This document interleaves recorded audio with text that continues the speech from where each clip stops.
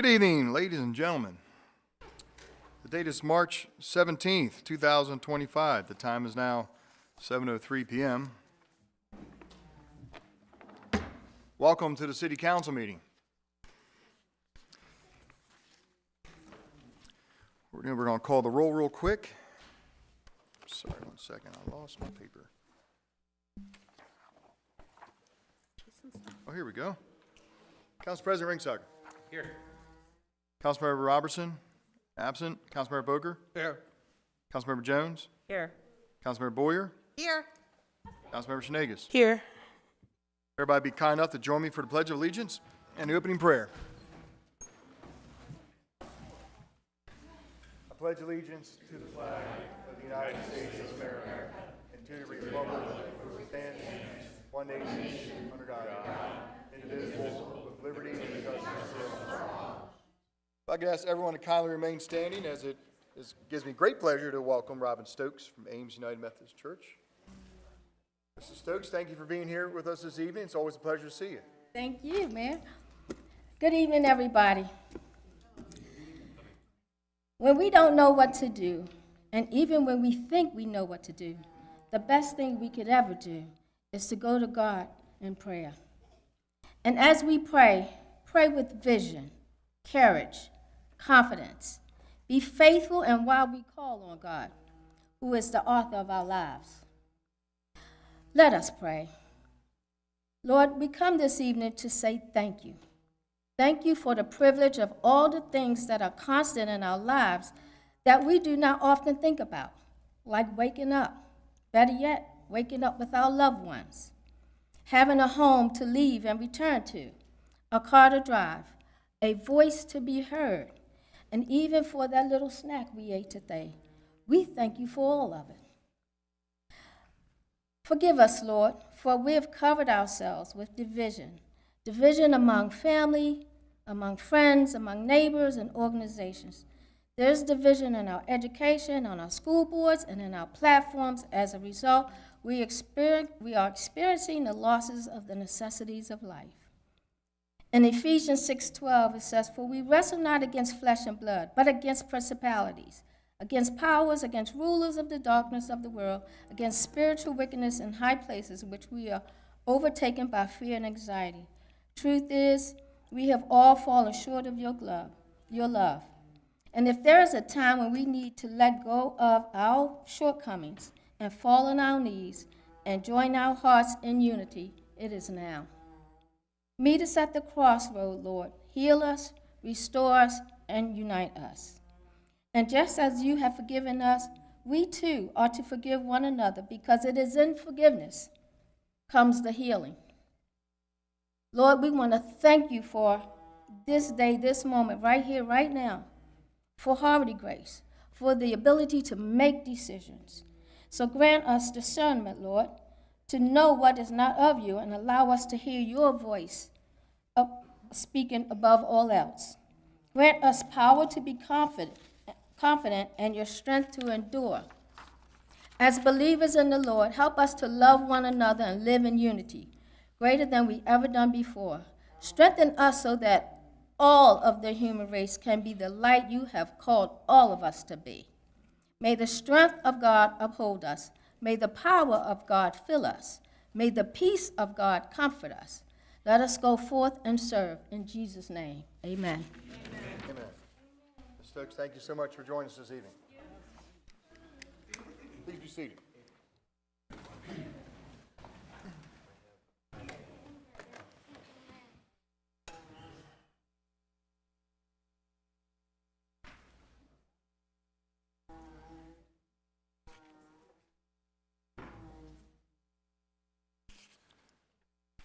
I'll move on to item 5, approval of minutes. We have 3 sets of minutes. Item A, vote from the council closed session of February 3rd, 2025. Council President. Ladies and gentlemen, council. So this is, as he said, the vote from council closed session February 3rd, 2025. Public disclosure of the vote was to be kept confidential for 30 days. Director of Planning separation from employment. Action taken. Motion made by Councilmember Robertson, seconded by Councilmember Boker to rescind the acceptance of Mr. Bercier's resignation and termination for cause based on egregious mistrust of the public and unauthorized actions taken on January 31st by sending the letter to the citizen without authority. Public disclosure of the termination for cause will be kept confidential for 30 days. Motion passes 5-0. Thank you. Thank you, Council President. Item B, City Council meeting minutes of March 3rd, 2025. Do I have a motion to approve? So moved. Second. A motion by Councilmember Booker, second by Councilmember Shenanigans. Questions or comments? All those in favor say aye. Aye. All opposed say nay. City Council meeting minutes of March 3rd, 2025 carry 5-0 in the affirmative. Item C, City Council closed session minutes of March 3rd, 2025. Council President. One moment.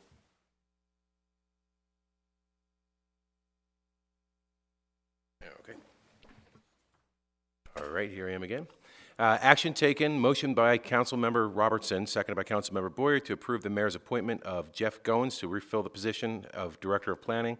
Motion passes 6-0. Second action taken is motion by Council President, seconded by Councilmember Booker, to disapprove of any payment towards the invoice submitted by Alexander and Cleaver, as their retention was not authorized. Motion passes 6-0. Okay, have a motion to approve? So moved. Second.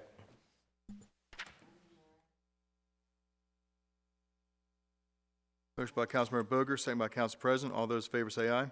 Aye. All opposed say nay. City Council closed session minutes are approved 5-0 in the affirmative. Okay, we're going to go to item 6, comments from citizens. Give me 1 second here.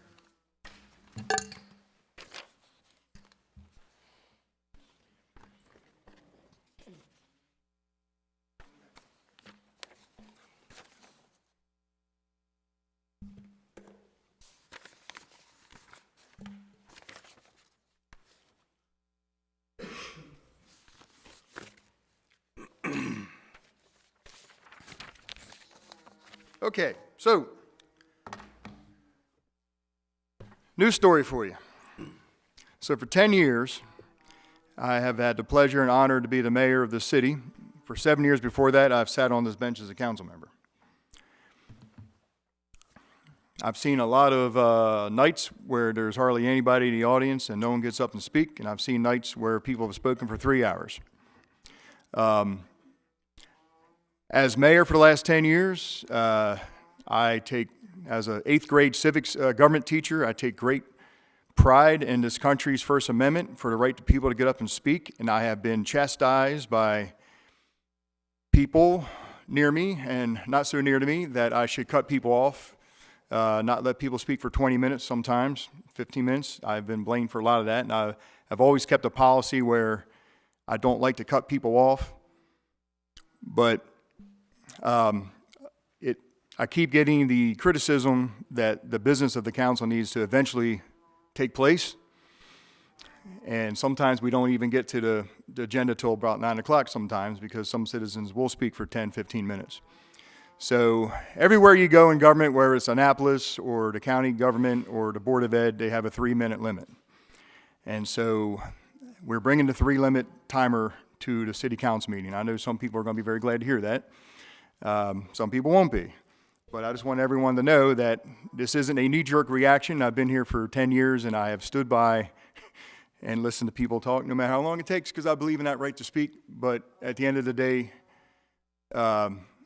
we have been pushing back further and further back the business of the agenda. So again, this isn't about how many people speak. This is about how long people speak.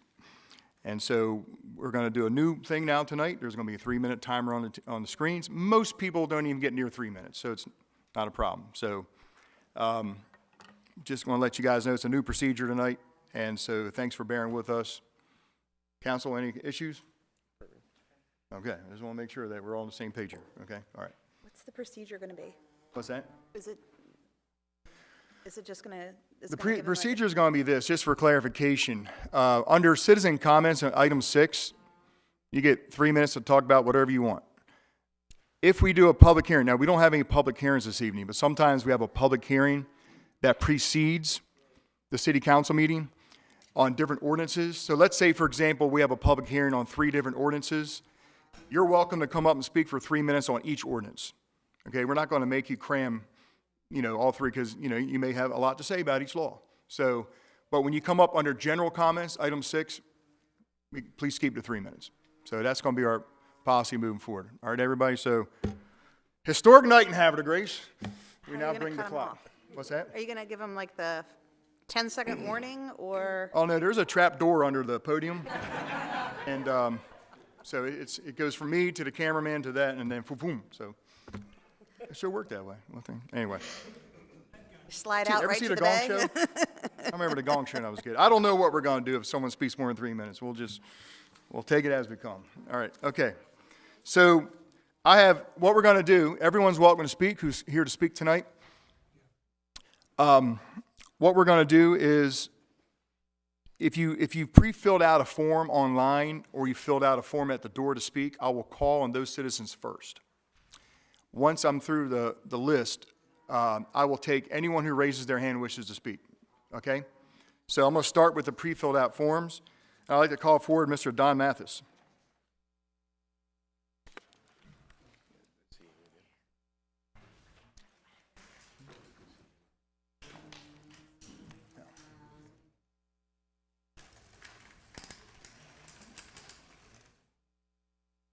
Good evening, Mr. Mathis. Welcome. Welcome. Thank you, Mr. Mayor. Thank you, Chairman, Council President, members of the council. My name's Don Mathis. I live at 305 Todd Brother Drive in Havre de Grace. I'm here to talk about coming back a second year, a show that's going to be at the Opera House on April 10th called Facing Addiction in Harford County. It's a family affair. Havre de Grace is like every other city and neighborhood in America.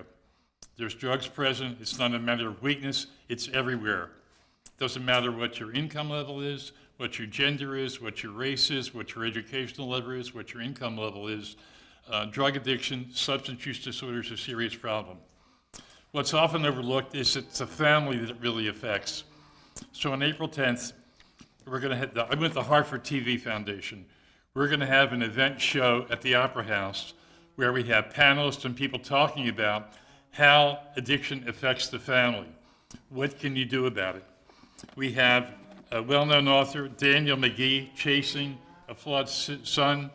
He's also the most successful realtor in Harford County by Best of Harford. He's going to speak. We also be giving away, thanks to Voices of Hope, where I work, 2 free doses of Narcan, which is a drug that reverses opioid overdoses. I was on Cecil TV about a month ago, and the guy out there says, "Don't they sell that for $42 a box?" And I said, "Yes, they do." And at our event on April 10th, we're going to be giving away each box for free. So you're all invited, thanks to the distinguished councilwoman, Ms. Boyer. You all have a handout in front of you that describes the event. It's open to the public. It's free. It's going to be shown on Hartford TV after the event is over. We're expecting a full house of 200 people. We were actually approached by another facility in another town to hold the event there this year because it was pretty successful last year, thanks to you all. And really, the city staff in Havre de Grace have just been amazingly easy to work with. They couldn't be better. So please be proud of all your staff. But when we were approached by this other group, we said, "Yeah, that's nice, thank you. But if we can get space at the Opera House, we're coming back." And we did. So I invite you all. I invite you to share that information with your constituents. Councilmen, veterans are heavily impacted by this. I sent Councilwoman Jones a note about this. We know that people of color don't get the same kind of care and medication that other people do when they come to hospitals.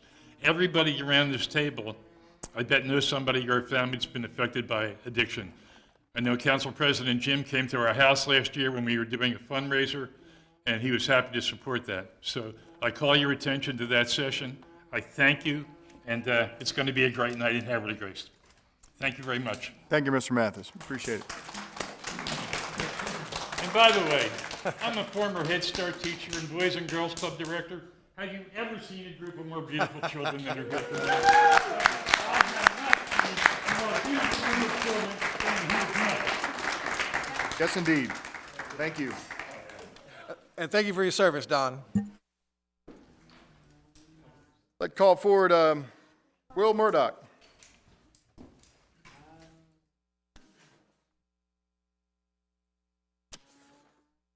Good evening, Good everyone. May you please have your name and address for the record, sir? Sure, yep, it's Will Murdoch, 1801 Marcher Court in Street. Welcome. I'm here on behalf of the Susquehanna River Running Festival. Many of you probably know my face. Just came to introduce again the application that we have before you tonight. We're really building on the momentum of last year's successful event. So we had almost 1,900 people register for the race. And this year, as our goal is to hit that 2,000 mark, which we are very close. Some of the things that we did last year were we offered a local discount to Havre de Grace residents, 20% off of the race registration fee, which definitely increased some of the local participation. We were able to, with Chief Crass's help and the members of his team, solve a lot of the issues, particularly with the Tidewater Marina, which made that process a lot smoother. And we also created a runner travel guide, which was basically a listing of local restaurants and businesses here in Havre de Grace that people could stop by and shop and dine after the race. And also a shout out to the Seafood Festival, which happens the same day. So I appreciate your support. I look forward to answering any questions that you have when our application comes up. And thank you so much. Thank you very much. Appreciate it. Made Thanks it. for being here.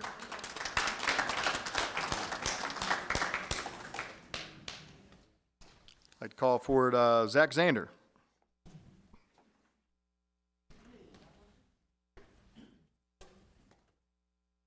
Good evening, sir. Welcome to the meeting. Can we just have your name and address for the record? Good evening, Zach Zander, 306 Wood Duck Court. I come to you as a citizen of Havre de Grace, Welcome.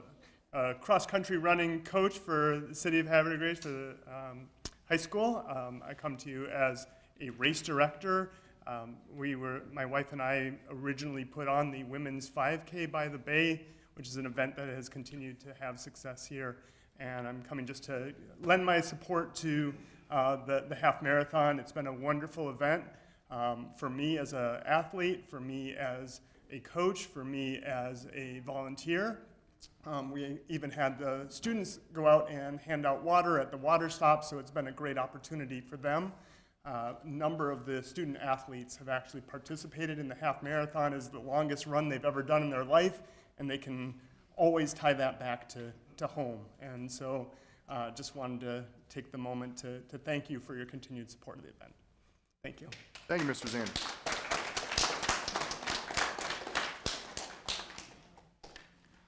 I'd like to call forward Mr. Alan Fair. Okay, you speaking on the same topic?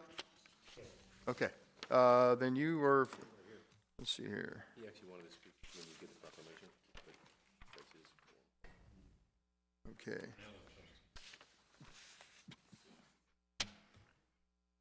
All right, so when would you like to speak? When you get the proclamation? After we do that, that's fine. We can wait until that's ready. Okay, all right, Thank you. not a problem. Did you want to, he's going to wait to speak. Mr. Fair, did you want to speak, or? Okay, you got it. We'll get to you after that then, okay. Anita Swain. Good evening. Good evening. May we please have your name and address for the record? Sure, my name's Anita Swain. I live at 121 South Washington, and I have a retail business at 323 St. John Street. Welcome. Thank you. And thank you for this opportunity to voice my thoughts and request that the farmers market change of venue be postponed so that there is time to explore possibilities for alternate venues. Joe Smith suggested that I refrain from expressing my opinion to the council and advised me to choose my battles multiple times since Friday.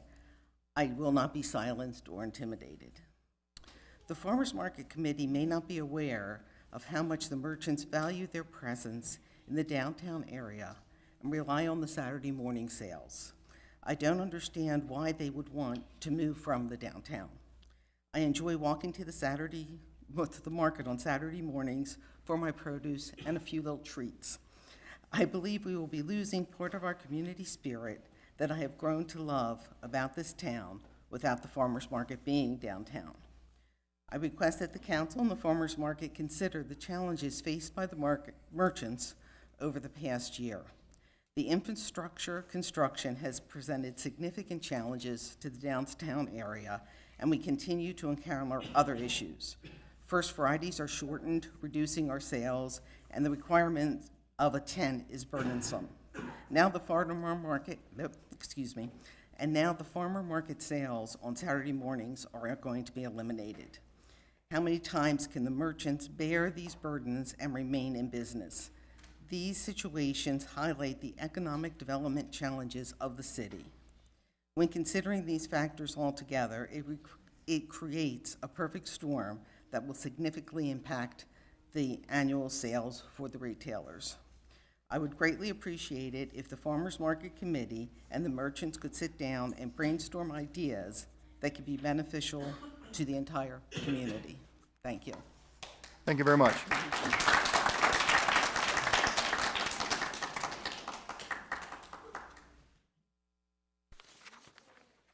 And just as a reminder, too, that no single citizen can deny another citizen the right to speak. So thank you for your bravery, and thank you for showing up tonight. Thank you.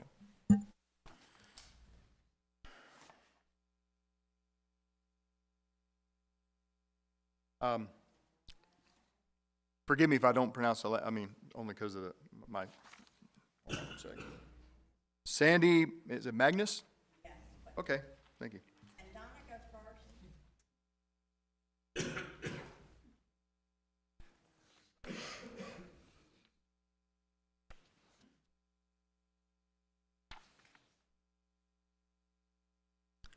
Welcome to the council meeting. Thank you. Good evening, Mayor and council members. Sandy Magnus, I represent Hickory Chance Beef, and we have been part of the farmers market, even when it was down under the tent in Hutchins Park. And I know that now, as the vendors look at the market trying to grow and also suffering a loss of income this past year because of parking, and we have customers that come in and say, we can't park close. It's hard to walk back and forth and carry our products. We really need better parking. We need something else. This winter, we've been out here on Pennington with plenty of parking, and I can honestly say our customers are extremely happy.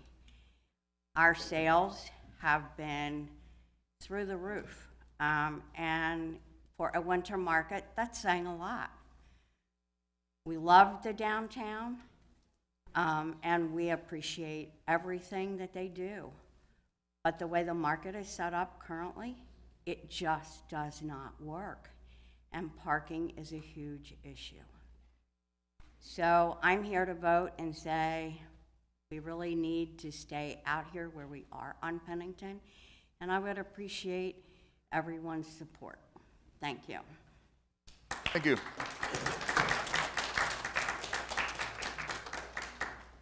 Sure. May I ask a question real quick? Can you talk to me a little bit about the need for electric? Actually, we have the ones that have, we have frozen meat, because that's the only way we can retail. And we have generators, and all of the vendors that are going to require a generator have said they have them, and that will not be a problem. So we're equipped, and we can make that move without any, let's say, detriment to anybody. In fact, I think this location is going to allow this market to grow and to accept more vendors, which is what you really want to see. How many vendors did you have last year, and did it increase or decrease? Donna is here, Mandel, Okay. and she would be able to answer those for Okay. you. So, yeah. Okay, thank you. Thank you.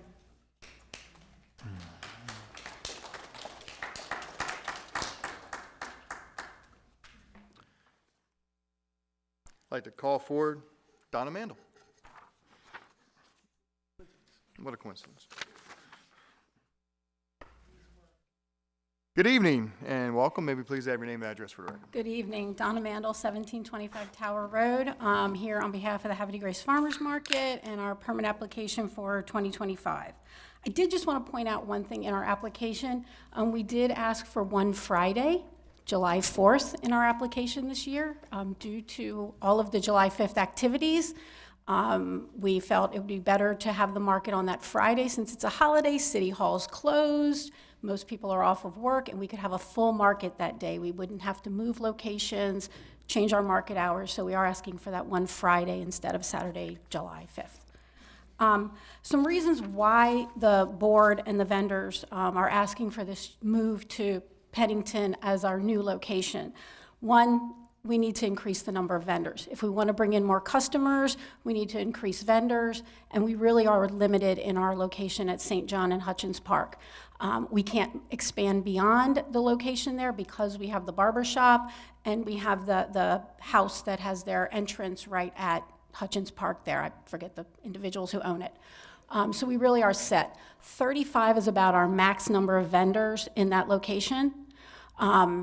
Whereas here, even though it's one single block, quote unquote, it's longer. It's even longer than the Congress Street side because you curve. And it's wider. It's wider than Congress Street. It's wider than St. John. The vendors can have their vehicles at their spot, makes it easy to set up, makes it easy to take down and move. I know one of the complaints we had from some of the officers, and by the way, Chief Crass, the officers are amazing. We love the support we get from the Havre de Grace Police Department, was that it does take some vendors a long time to clean up and get out of the way, and then you've got traffic that wants to start going down St. John. We have had a few incidents where people have driven straight through the market while we're either setting up or taking down, and that is a hazard that we want to prevent. Some other reasons, we have the town trolley here. Pennington and the parking lot is a pickup location for the trolley, so the customers can use the trolley to come to us. Again, having the nice parking lot. We've had for years people say, when we moved up to St. John and the entrance of Hutchins Park, why don't you go down to the parking lot? Why don't you go down to the parking lot? Because it just seems like a natural fit. We're right off of a main street at Juniata. It's easy for out-of-town people to find us there. People sometimes didn't even know we were at St. John and Hutchins Park. They're like, oh, there's a farmer's market down there? Never would have known. Trying to think of our other reasons. We put them up. We can have amplified music down at Pennington, and we are bringing our musicians back this year. So that's something we'd like to do, is be able to offer them the ability to have amplified music. Again, electricity is not a problem. We've spoken to all the vendors who require electric. I require electric for my setup. Everyone's fine with using generators. Not a problem. We have the bathrooms at the police station, which won't close in December when it's really cold, like the bathrooms down at Hutchins Park do. So that's nice. There's an ATM in the police station, so for customers who need to get cash to come to the farmer's market, there's a convenient ATM right there. We just feel it's going to be a way to expand the market, to bring in more vendors, bring in additional customers. We are more than willing, oh, I'm sorry, I'm out of time. We are more than willing to work with the vendor, with the Main Street group. I did speak to Joe this afternoon, or not this afternoon, on Saturday afternoon, I think it was after the market. We're more than willing to work with the businesses. We talked about a couple different options, sharing of advertising, having a spot at the market for either Main Street, the Alliance, the Chamber, whoever it is, to set up and give out promotional literature, and even doing a spotlight series where a Main Street business could set up on one Saturday as a spotlight vendor, where we would give back to the community. So we are more than willing to sit down and come up with ways that we can support the businesses in the Main Street area and still have the ability to expand the market. Thank you. What is the hours of the market? The hours of the market are 8:30 to noon. And I will second what Sandy Magnus said. Our winter market is 9 to 11. We are outselling our regular market sales in the winter market in 2 hours versus 3.5 in our old location. Okay, thank you. Thank you. Thank you very much.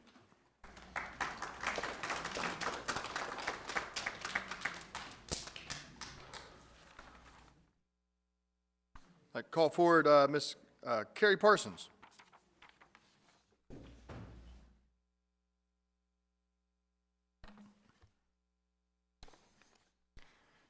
Good evening, Ms. Parsons. Welcome. May we please have your address for the record? Certainly, Mayor. It's Otsego Street here in Havre de Grace. Council President, I did send you the email, talked briefly with you about this. Just going to bring it up in the meeting, and Dr. Ritchie, I'll provide you with my copy afterwards. I do realize that this is the final reading for Ordinance 1178. However, after attending the Planning Commission, hearing their discussions, comments from other citizens during council meetings, and then my personal research of the minutes from the Historic Planning Commission, I tried to really understand and comprehend what this change is from their point of view. Some of the concerns that I personally am interpreting from the Planning Commission is the unknown variables, such as which side of the street do they use? What if there's vacant lots involved, on a corner, other trivial hypothesized scenarios. Similar readings inside the Historic Commission minutes, as if they were looking for specific guidelines that they could utilize to apply. In my own personal opinion, a lot of those, both of the commissions are tuned to reviewing new development, not infill lots here in town. And then especially when working within the historic district itself. So I don't know if they're very familiar with a lot of the, all of the different things that are out there through the Secretary of the Interior standards regarding the treatment for historic property. So I did go on out to the MPS, and I did go to the other nationally recognized historic districts. I reviewed their city and county codes. I found a similar pattern to which they all mention the Secretary of Interior standards for the treatment of historic properties. In their codes, I did submit to you, Council President, an alternative to the language used in Ordinance 1178, and I can read that, and I will provide that to you, sir. But one of the things, while reading the entire document, they did break things into two different categories. One is the guidelines for historic properties. They're referencing two very distinct areas. One is the building, the other is the landscape itself. Rebuilding a new building placement of the structure described when you're dealing inside a historic district is within their landscaping section. And they continually refer to words as symmetrical conformity. And in my opinion, it is to allow the local government the ability to tell the developer or to work with the developer regarding the setback. So that way we could all have a symmetrical conformity along the streetscape. So I will provide that to you.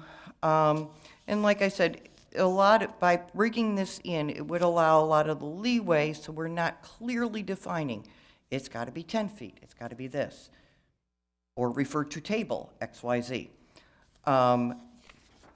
So my suggestion that I provided to Council President is this. In order to preserve historic streetscapes in context, single-family and attached dwellings located within the National Register Historic District, the Director of Planning shall apply the Secretary of Interior standards for the treatment of historic properties to whereas front yard setback and outbuildings will conform to existing properties located within the immediate area and street for symmetrical and aesthetic conformity. Otherwise, Table 1 of the zoning will apply. And then just a couple of other minor little things, but That is all that I had, sir. And Dr. Ritchie, I will give this over to you to be able to view, and thank you for your time, sir. Thank you, Ms. Parsons.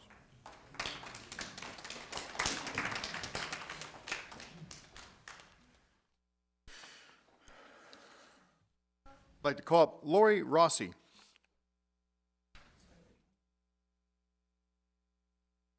Good evening and welcome. May we please have your name and address for the record? Sure, my address is 221 Tidewater Drive in Bayview Estates. Welcome. Well, thank you. First time ever here, so a little nervous, but something. Doing a great job. Thank you. You're wearing green on St. Patrick's Day, so you fit For right luck.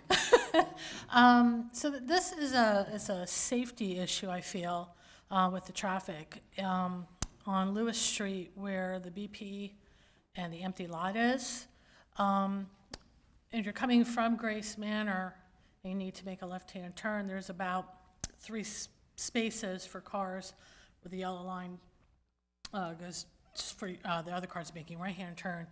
And people have been just going over the yellow line and just extending that left-hand turn lane, which now they're blocking the people trying to get into BP.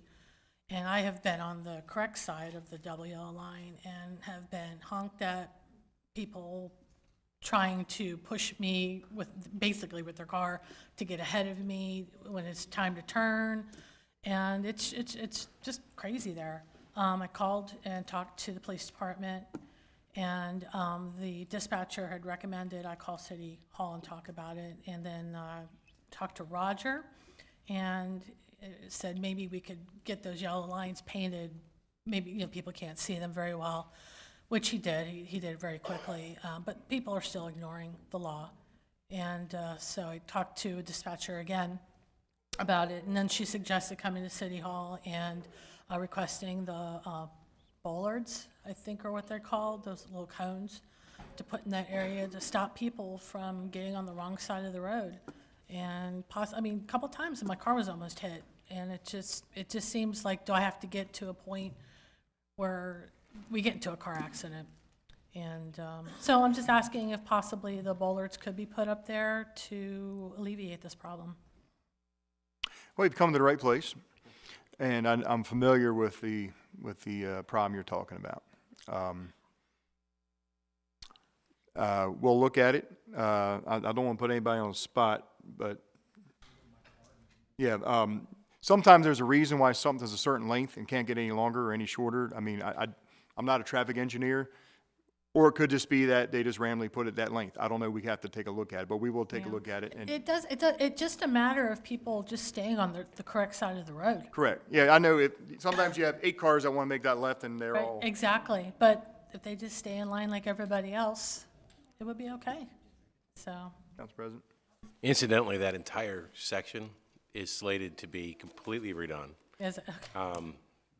Everybody knows that we got a Wawa coming in supposedly whenever heard they this. want to come.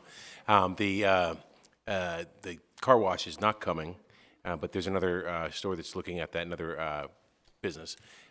So that entire section right now, we're waiting for construction to start and changes to be made, and it's going to be widened. And there's discussion about having a much longer turn lane there, and having 2 turn lanes on the one side and over here. It's convoluted, but it's going to happen. So it's coming very soon, hopefully. That's the problem. The State Highway Administration is holding us up. It's coordination with the state right now. Right. Because that's not a state road, but it abuts a state intersection. Right. So that's part of the issue. So is it basically we just kind of hope we don't get hit by these raged people who want to scoot ahead of me because I'm in the correct spot? That's kind of where I'm going. I understand. I mean, I have the same problem. I live in Bayview and come through there. Yeah. I can let the person from the Street and Traffic Safety Commission speak about, I don't know. Do you have a comment?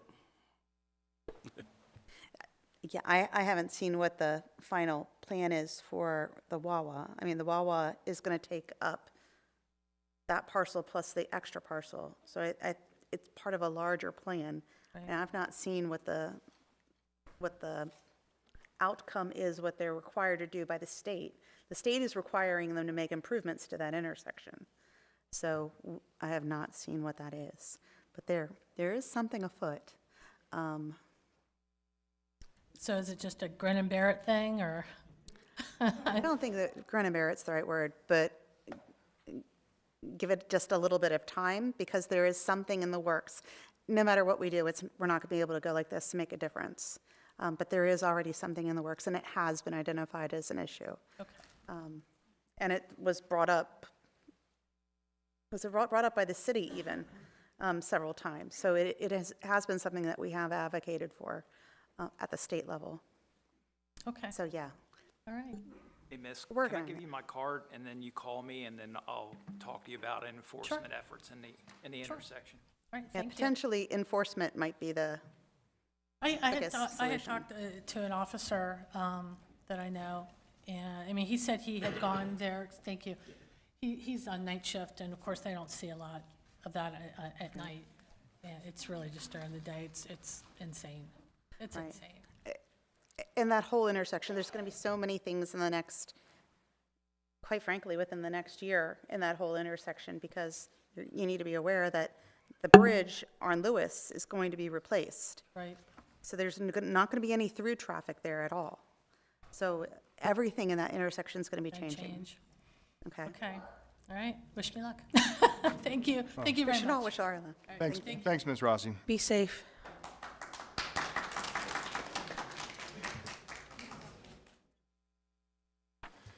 Okay, I'd like to call forward Ms. Carol Zimmerman.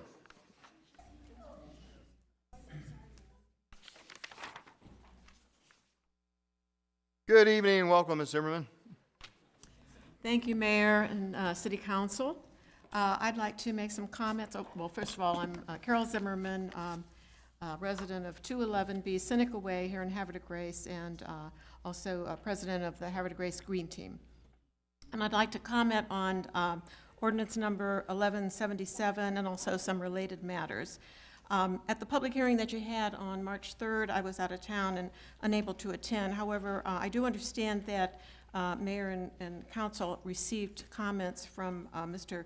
Chip Place, a member of the City Planning Commission. And I also have reviewed those recommendations, and I find them thoughtful and reasonable, and it's my hope that you all have incorporated them in the proposed amendments.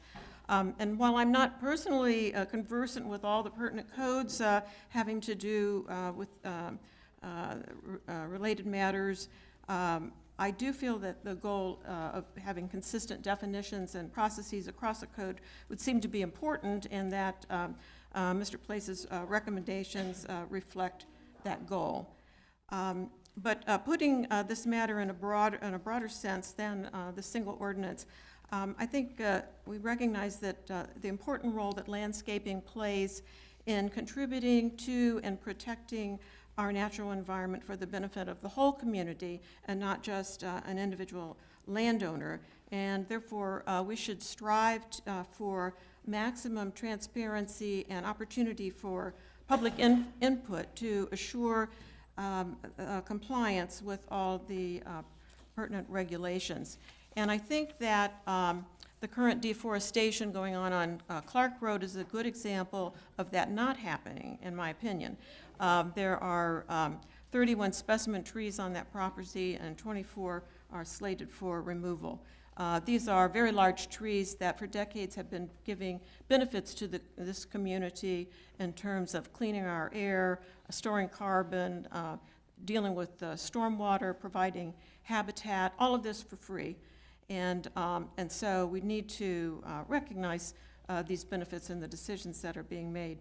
You know, one of my missions as the representative of the Green Team is to advocate for the environment. And you may not realize that Havre de Grace has the lowest tree canopy of jurisdictions throughout Harford County. And so we really need to protect the trees that we have, especially the big ones, and add more, which I know you're doing at every opportunity. But you know, those young trees take a long time to get big. And so we want to make sure our, you know, people living now and in the near future, next generation, will have the benefit of trees.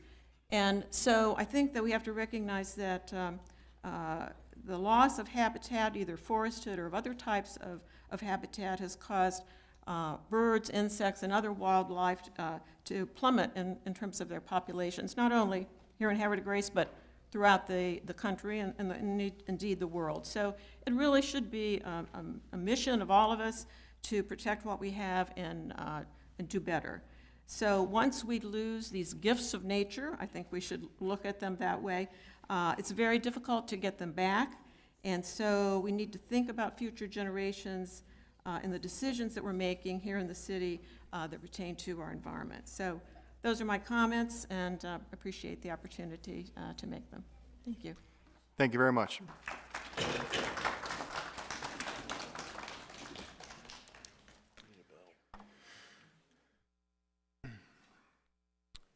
So that is all the, other than the two forms that I'm holding on to, that is all the pre-filled out forms I have had. So now I will open the floor up to anyone that wishes to address the council. Please raise your hand and be recognized. Yes, ma'am. Yes.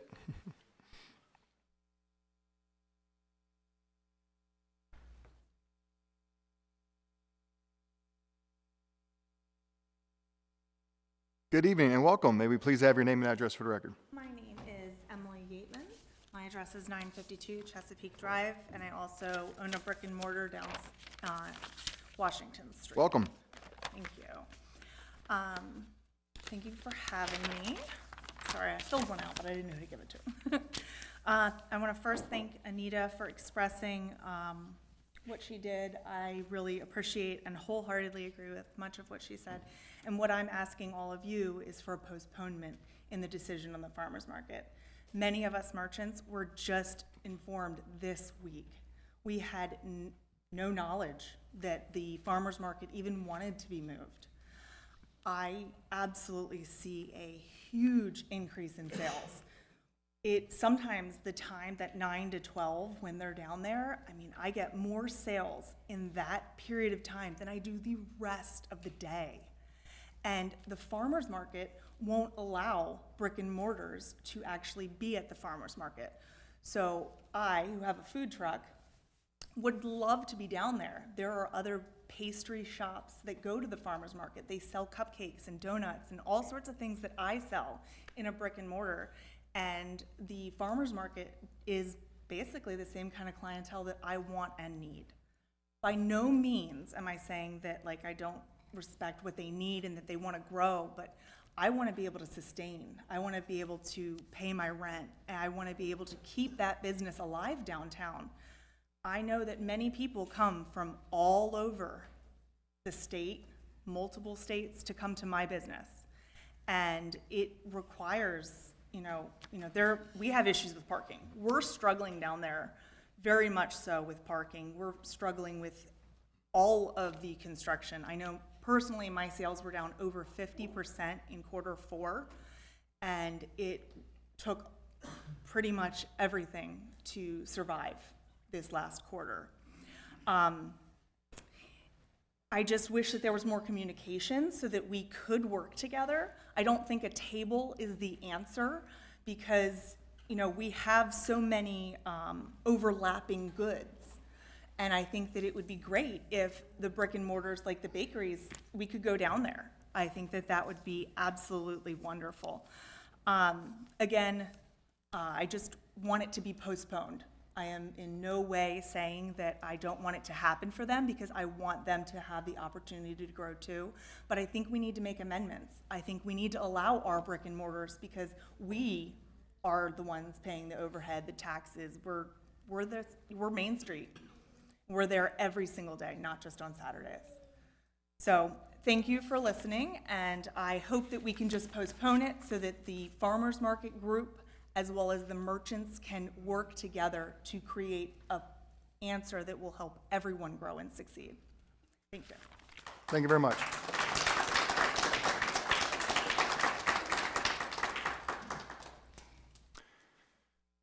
Yes, sir.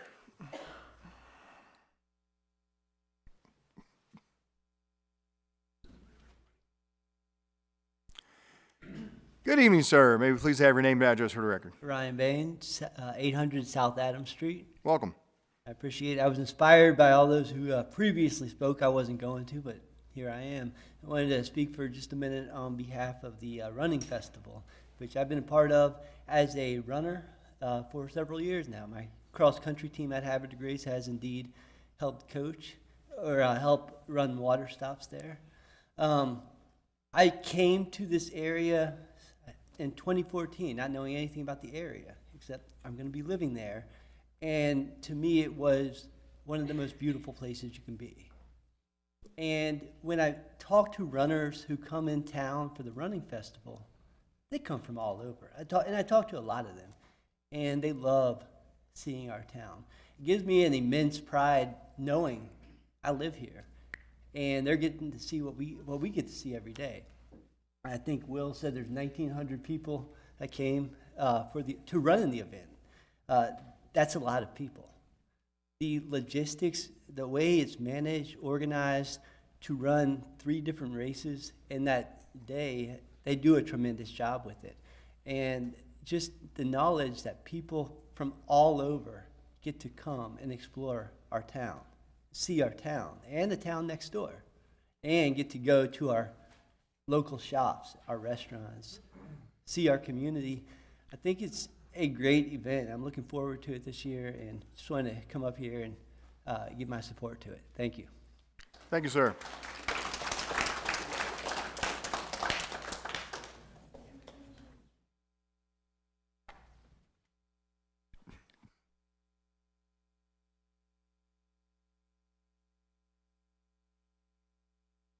Thank you again, Mayor, for this opportunity. I greatly appreciate it. Regarding the farmers market, I know there's a lot of division at the relocation. But one of the things I am going to ask council to kindly remember is safety, especially safety for our pedestrians, safety for our seniors, safety for our children. Where the current location is, we actually have, and I have pointed out to several people, an actual true secured ATM inside the police station where they don't have to worry about their card getting skimmed or getting robbed. Walkability. It's something you can't do downtown at the moment. Think of the individuals, the citizens, the seniors, the ones that cannot go down that hill over to Hutchins Park because they can't get up the hill. They can't walk that sidewalk. They're in the street with their walkers and their little scooter bombs because they can't get up the hill. But they want access to being able to have fresh food, whether it's a vegetable, meat, eggs, things of that nature. So it is, I know that we see a lot of individuals heading on into town to go and buy things, but this is also a way that we can bring the trolley to life at times to get them to tour the rest of the area, because it's more than just one section of the town. There's multiple areas. But please think of safety as we're making this potential decision. The safety of the citizens, too. Thank you, sir. I appreciate you.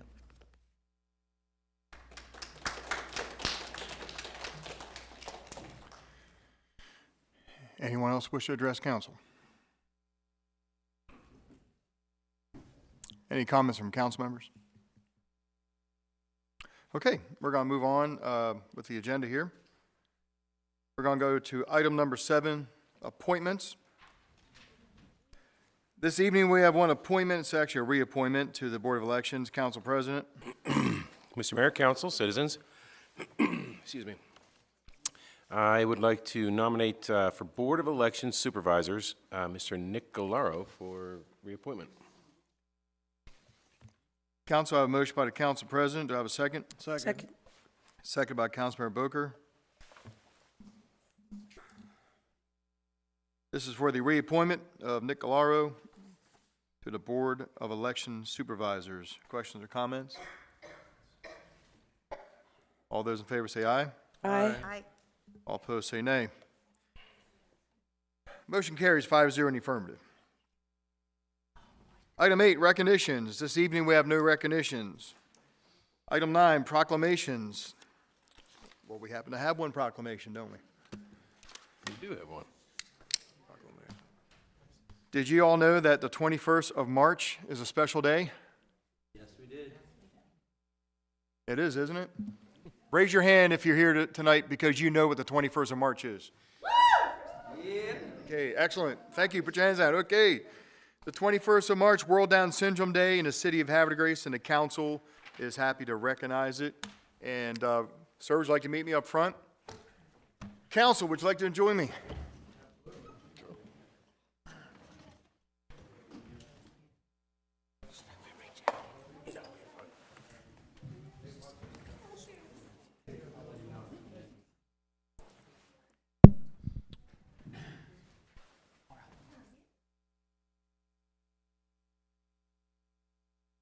Welcome.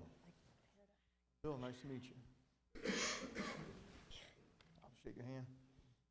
All right. Nice to meet you. Nice to meet you. Nice to meet you. Meet you. Oh, nice to meet you, sir. All right, everybody ready? Okay, so we have a proclamation. We have a proclamation here that the 21st of March, which is Friday, is going to be World Down Syndrome Day. But you were going to speak during public comment, and so if you could give us and the audience a little bit of background, and we'd be happy to hear what you have to say. Yeah, so I think the proclamation that he's going to read is going to be a little bit more descriptive as far as what we want to say about World Down Syndrome Day. But I did have a couple of words to say just to the council. So first of all, I'd like to take the opportunity to, on behalf of the Down syndrome community, as you can see, we have a lot represented here, and there's other disability community here at the City Hall to represent as well. So I'd like to take the opportunity on behalf of the Down syndrome community and my daughter to thank Mayor Bill Martin and the rest of the Havre de Grace City Council for recognizing March 21st as World Down Syndrome Day here in the city of Havre de Grace. This global initiative marks the recognition of people with Down syndrome like my daughter, Nora, and the other folks that are here in front of you. We are proud to represent the Down syndrome community during this celebration and urge cities, towns, employers, friends, education communities, and classmates to include people with Down syndrome and to presume competence. Last but not least, if you'd like to learn more about the disability community and get involved with all that we do, you can visit us at Isaac's and Norval House at 554 Franklin Street, right here in Havre de Grace, a place where we foster inclusion of all people. And my wonderful wife, Nora, and Isaac's mom, who's here in the front, she's an occupational therapist by trade, and she runs Havre de Grace's premier arts programs for people with disabilities, so please check us out. Thank you everyone who have come near and far to celebrate today. We've packed the house here to celebrate World Down Syndrome Day, so I hope...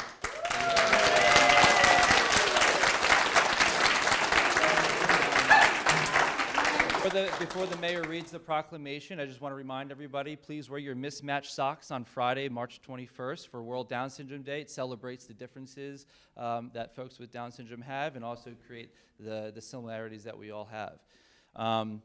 That's all I have for right now, and have a great night and happy St. Patrick's Day. Thank you. Thank you very much. We appreciate the background and appreciate all you had to say. And what I'm going to do real quick is I'm just going to read this into the record. Then it becomes official, okay? So bear with me here, and then we're going to do some pictures, okay? So City of Havre de Grace, Maryland Proclamation, World Down Syndrome Day, March 21st, 2025.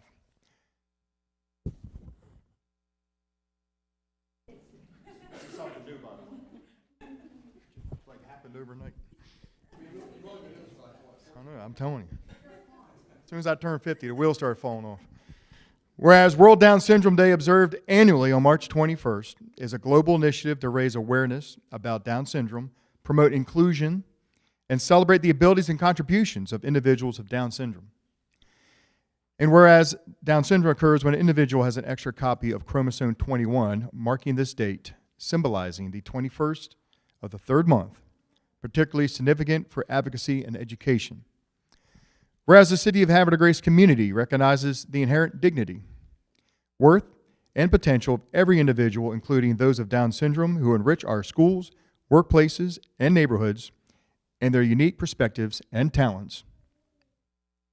And whereas this day provides an opportunity to foster understanding, break down stereotypes, and encourage policies and practices that ensure equal opportunities for individuals of Down syndrome to live fulfilling lives. And whereas the City of Havre de Grace is committed to building an inclusive community where all residents, regardless of ability, can thrive, participate, and contribute to the vibrancy of our city. Now, therefore, I, William T. Martin, along with the members of the Havre de Grace City Council, proclaim March 21st, 2025 as World Down Syndrome Day in Havre de Grace. We call upon our citizens to join in recognizing the value and achievements of individuals with Down syndrome and to support efforts that promote their inclusion, well-being, and empowerment. Signed by myself and the members of the council. I'll present it to you, sir. You're good.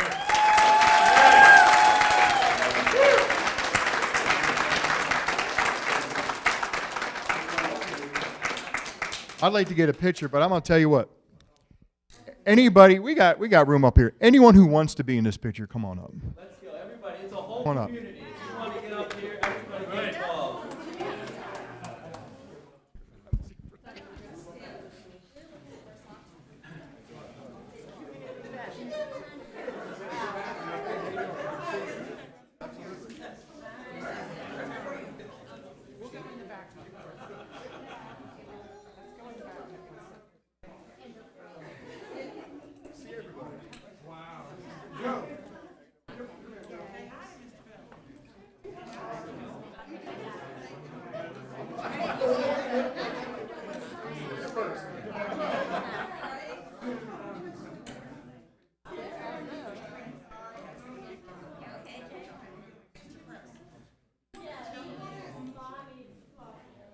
Everybody ready?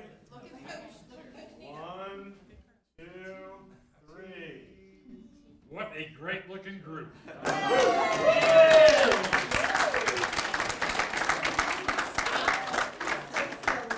Thank you, everybody. Thanks for coming up here, coming out.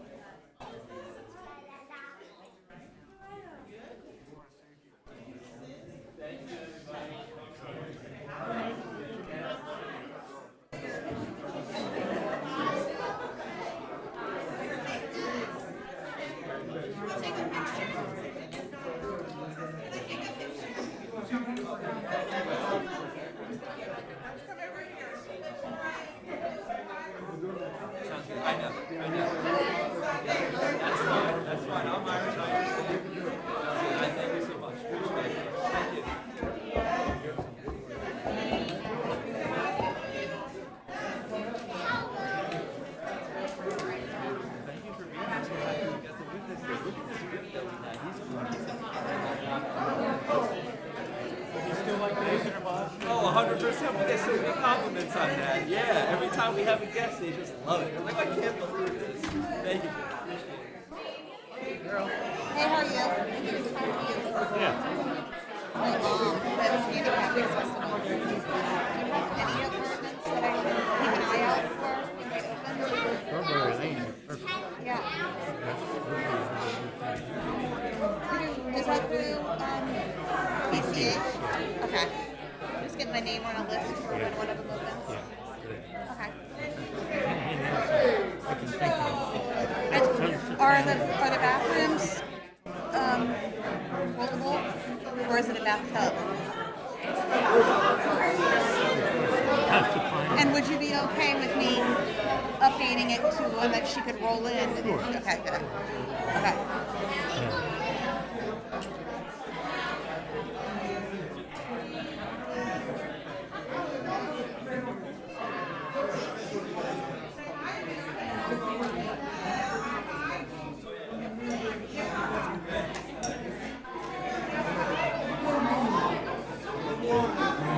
Hello, there, young girl. Lovely to see you. I've got some words to say about these folks. They're amazing. I've never seen anything in my life like it. They are wonderful. Justin, way to go. Well, thank you very much. I'm happy to see you. Isaac, how we doing, boy? How beautiful. John, you call me Dad, silly boy. He says a hard last name. Yeah. He's done a book. Oh, yeah. Have you seen it? I have not. I just saw the cover. I haven't seen the whole thing. I saw a little bit of it. I'm going to have 10 of them. Wow. I've ordered. They're $15 at Amazon. That's great. I need to get one. Just so you know, the mic is on. Huh? It's on. It's on. It's on? You sure? I'm up there and I'm thinking, I hear Alan's voice. But I didn't hear anything. Okay. It's right here. Okay. Gotcha.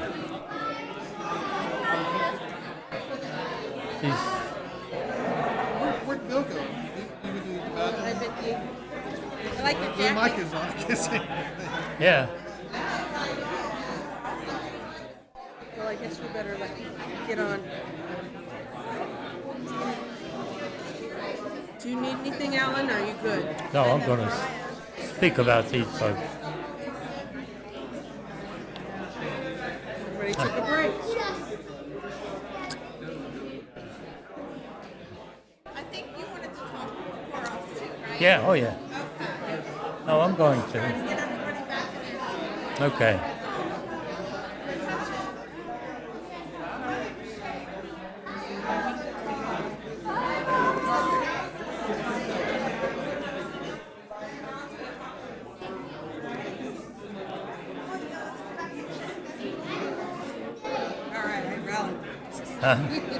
All right. All right, Chief.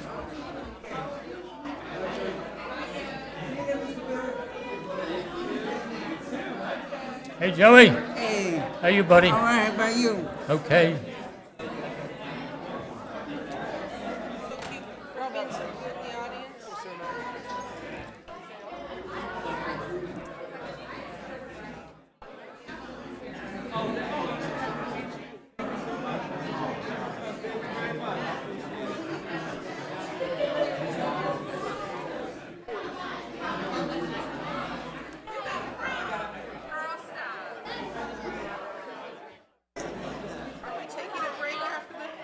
Yeah, as soon as Alan talks, we're going to take a quick break.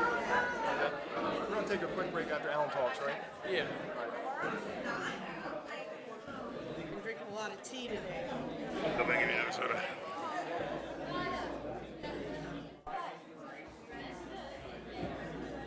Thank you very much, everybody. This was really wonderful. Thank you so much.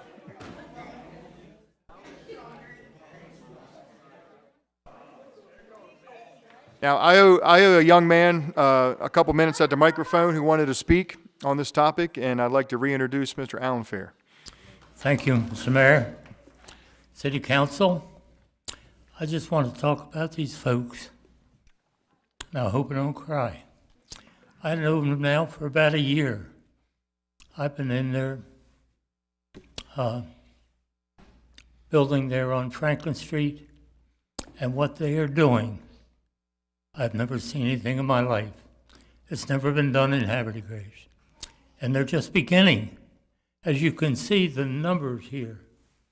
But normally, it's an Airbnb, so when there's no people in the Airbnb, then they teach art to children, to grown-ups.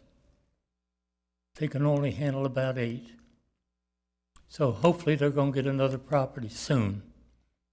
I would hope this city could help them. I've never seen anything in my life what they do. And Isaac, the little guy, has written a book. You can buy it on Amazon for $15. You'll love it. It's amazing.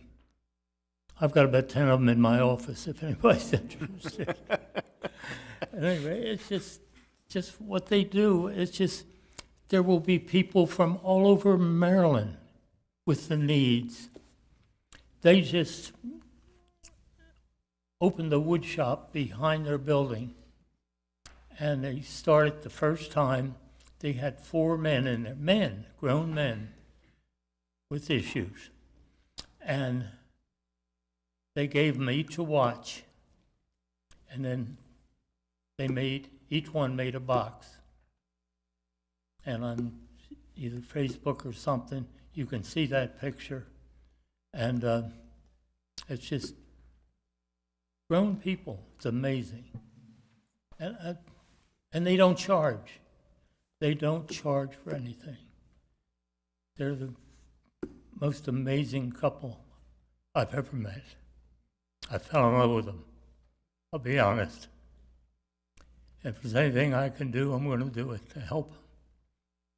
But if there's anything the city can do to help them, I hope they would.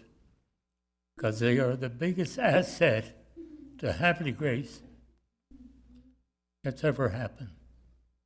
I'll be honest. So with that, I'll shut up. Thank you. We appreciate your words, Alan. Thank you very much. Thank you. Thank you.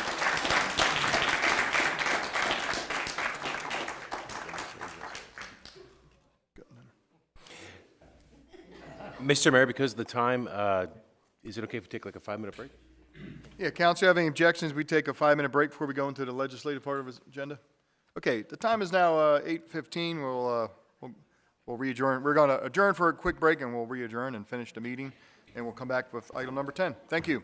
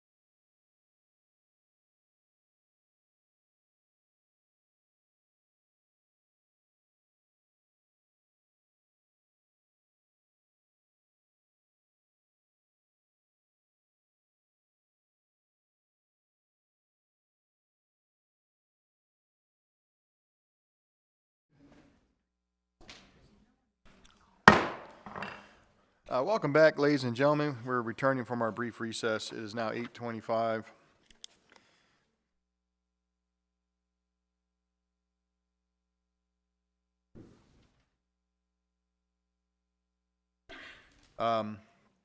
Item 10 on this evening's agenda is presentations. This evening, we have no presentations.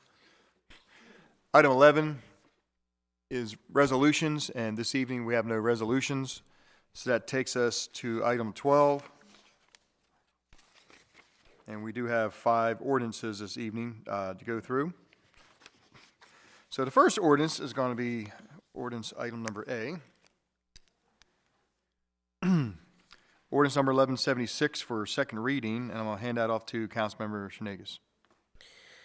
Good evening, Mayor and Council. I move to introduce ordinance number 1176 concerning approving a lease agreement with Chesapeake Heritage Conservancy Incorporated for the Skipjack Martha Lewis in the second reading. Council, I have a motion by Councilmember Shenagus. Do I have a second? Second. Second by Councilmember Jones. This is a motion to introduce ordinance 1176 on second reading. Questions or comments on the introduction of this ordinance? All those in favor say aye. Aye. All opposed say nay. Motion to introduce ordinance 1176 carries 5-0 in the affirmative. This is an ordinance by the Mayor and City Council of Havre de Grace, Maryland, adopted pursuant to the authority of Article 11E of the Maryland Constitution, the local government article of the annotated Code of Maryland, and sections 33, 34, and 36 of the Havre de Grace City Charter to approve a dock lease between the City of and Chesapeake Heritage Conservancy, Inc., for the use of the Hutchins Park Pier. Council, to have a motion to adopt 1176. So moved. Second. I have a motion by Council President, second by Councilmember Shenagus. Questions or comments? Good, Council. We're going to do a roll call vote on ordinance 1176. Councilmember Boger. Yes. Councilmember Jones. Yes. Councilmember Boyer. Yes. Councilmember Shenagus. Yes. Council President. Yes. By roll call vote of 5-0 in the affirmative, City Council Ordinance 1176 is adopted on second reading. Thank you, Council. Item B, Ordinance 1177, Councilmember Shenagus. Good evening, Mayor and Council. I move to introduce ordinance number 1177 concerning amending Chapter 102, Landscaping Sustainable regarding scope and definitions in the second reading. Council, I have a motion by Councilmember Shenagus. Do I have a second? Second. Second by Councilmember Boyer. This is a motion to introduce ordinance 1177 on second reading. Questions or comments on the introduction? All those in favor say aye. Aye. All opposed say nay. Motion to introduce ordinance 1177 on second reading carries 5-0 in the affirmative. This is an ordinance by the Mayor and City Council of Havre de Grace, Maryland, adopted pursuant to the authority of Article 11E of the Maryland Constitution, the local government article of the annotated Code of Maryland, and sections 33 and 34 of the Havre de Grace City Charter to amend Chapter 102, Landscaping Sustainable. Council, I have a motion to adopt 1177 on second reading. So moved. Second. A motion by the Council President, seconded by Councilmember Boyer. Questions or comments? Councilmember Boger. Yes, Mayor. I'd like to make a motion to amend ordinance 1177. More particularly, I'd like to move to strike lines 84, 85, and 86 that discuss the description of redevelopment. And I'd like to replace that with a different definition or a definition of redevelopment that is that congeals with Article 173 and 155. I want to, and the motion is this: a strike and then add any of the activities on a parcel of land within the city that meet the requirements for subdivision approval under Chapter 173 and site plan under Article 2 of site plan control sections 155-6 and C of the City Code. Redevelopment does not include those activities listed under 155-6 Bravo.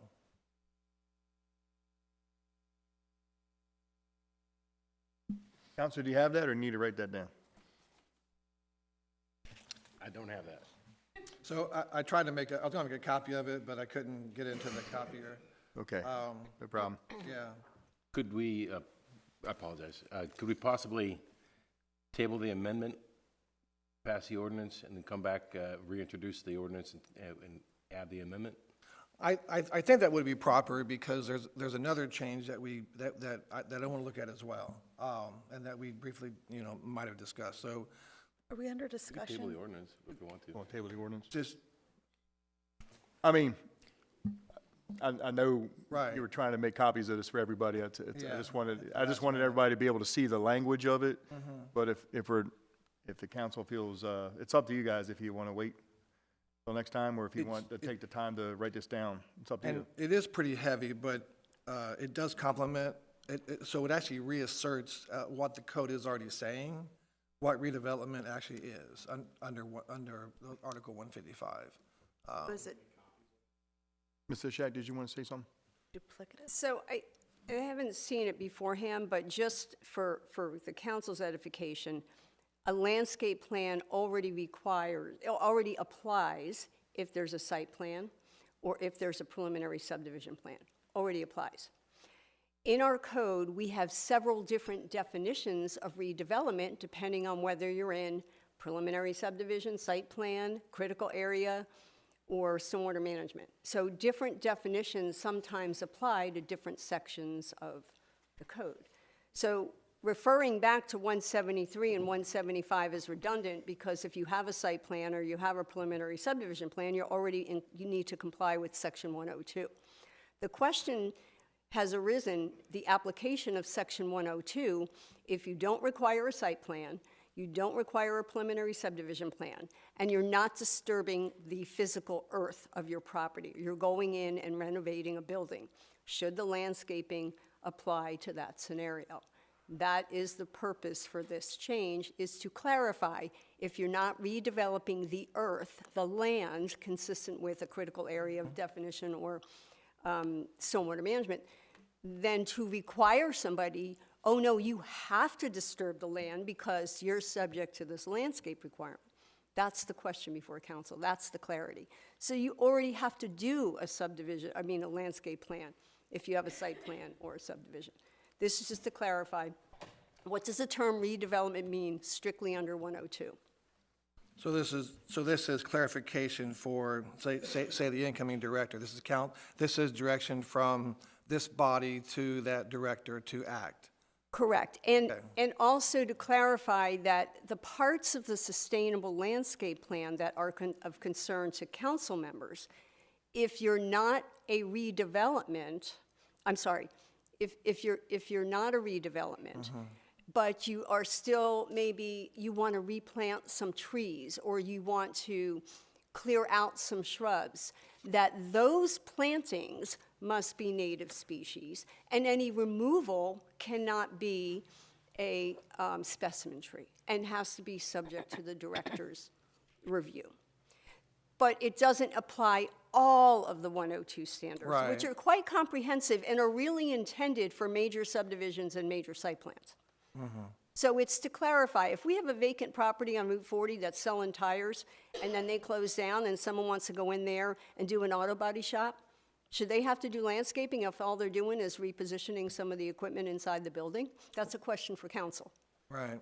That would actually hinder forward movement. Right. So Actually, that's right, and that was, and the sustainable landscaping provisions, when they were adopted when Director Grimm was here, were not intended to inhibit development along Route 40 of existing properties. okay. Based on new information, Mayor, City Council, I would draw my motion to amend.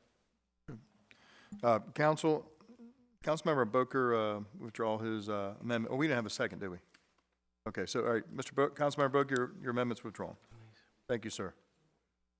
Okay. Any other questions? Councilmember Boker, you good with questions? No, I'm fine, thank you. Okay, any other questions? On 1177? Okay, we are under the question.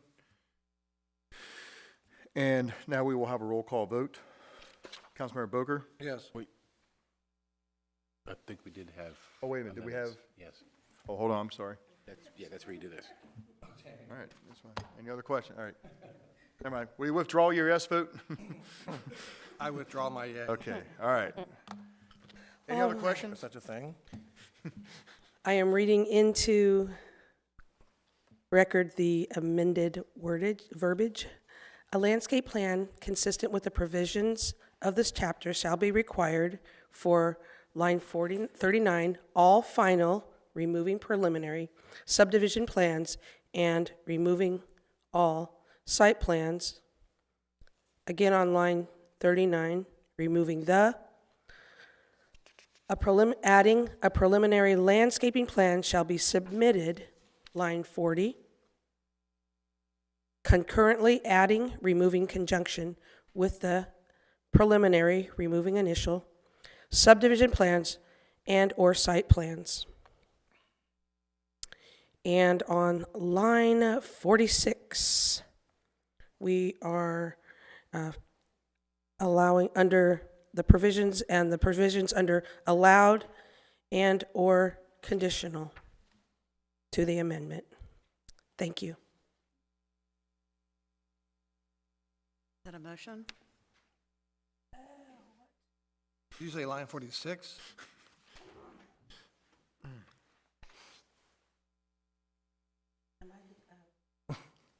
What am I leaving off? Line 40. Oh, I move. I make a motion, exactly, to make these changes that I just said, and I'm not going to restate them because my voice is feeling rough. And if I'm missing anything, line 40, the word conjunction, concurrently, line 45, we are replacing the word change in, deleting the word permitted, and replacing it with the word allowed. Okay. Did I skip anything? That's your motion. That's my motion. Council, do you understand? Okay. All right, I have a motion. Excuse me one second. Yes. Thanks for getting through that one, Tammy. I know you're not feeling well. I have a motion by Councilmember Shenanigans. Do I have a second? Second. Second by Councilmember Boyer. Questions or comments on Councilmember Shenanigans' amendments? All those in favor say aye. Aye. Aye. All opposed say nay. The amendments proposed by Councilmember Shenanigans are approved 5-0 in the affirmative. Any further questions on ordinance 1177 before the roll call vote?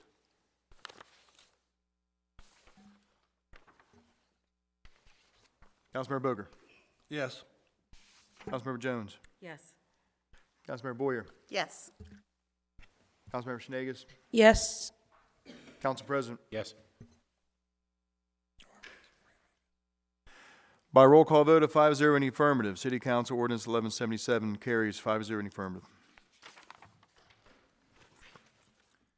Item C, Ordinance 1178 on second reading. Councilmember Shenanigans.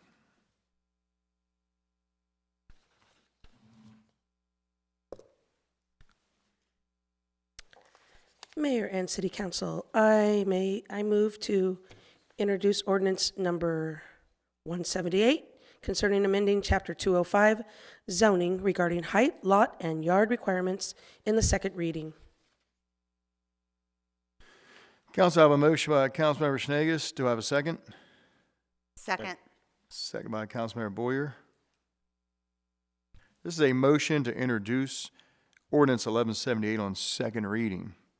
Questions or comments on the introduction of the ordinance? All those in favor say aye. Aye. All opposed say nay. Motion to introduce Ordinance 1178 carries 5-0 in the affirmative.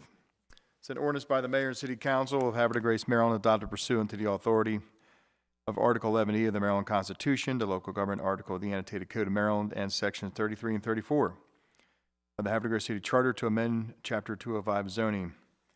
Council, do I have a motion to adopt 1178 on second reading? So moved. Second. A motion by Councilmember Boyer and a second by the Council President. Questions or comments? Councilmember Boyer. I say this because I would like it put into the record It seems the last time that we were here, we attempted to put this into our ordinance, there was a lack of clarity of what we're trying to do.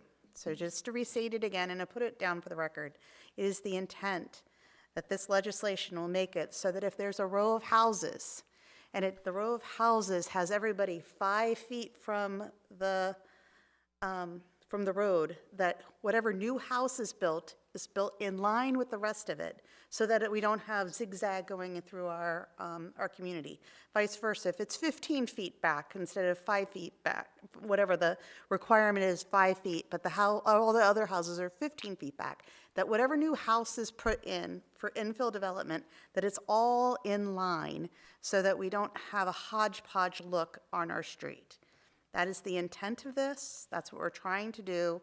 We're trying to preserve the streetscape and the sense of community so that if you have a brand new house in a neighborhood of all order homes, that you conform to your neighbors. You don't stand out and, like out in front of everybody else. That's what the intent of this is. Thank you. Thank you very much, Councilmember Boyer. Council President. Thank you, Mr. Mayor, Council. I absolutely agree with what Councilwoman Boyer said. This was my ordinance to start with, and we thought it was clear, but we just want to make sure we don't have any issues in the future on clarification. So I do fully appreciate the council's vote. Thank you, Council President. Any other questions or comments?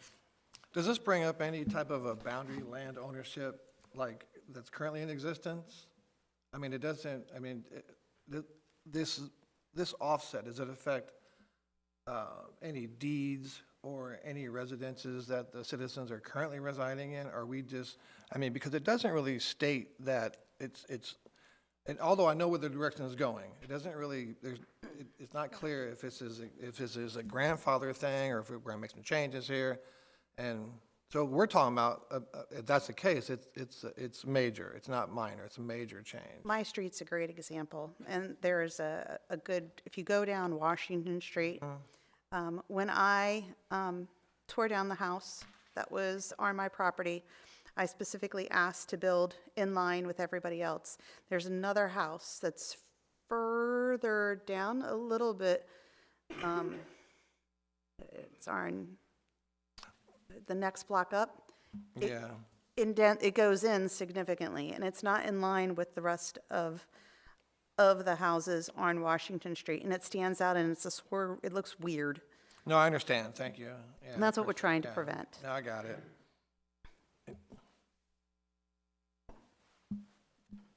Thank you, Councilmember Boger. Any other questions or comments? Yes. Councilmember Shenanigans. Mayor and Council, I move to amend ordinance number 1178, line 47. Dwelling should be dwellings, add an S. Structure should be structures, add an S. And after structures, add along the street frontage with the same city block. Second. Within.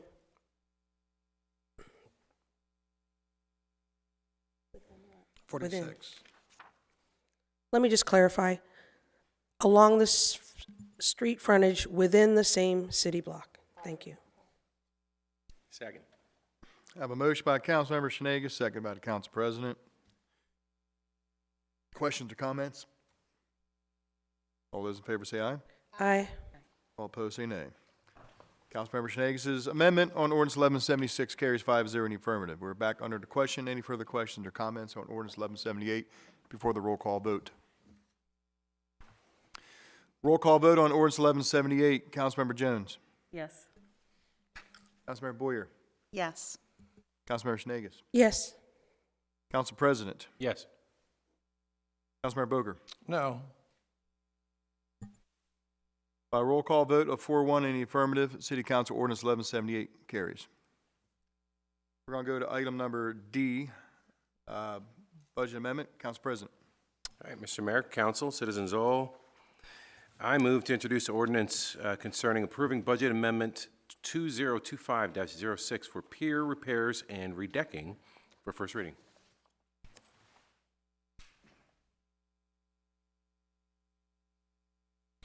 Council, I have a motion by the council president. Do I have a second? Second. Second by Councilmember Schnagus. This is a motion to introduce an ordinance on first reading. Questions or comments on the introduction? All those in favor say aye. Aye. All opposed say nay. Motion to introduce an ordinance carries 5-0 in the affirmative.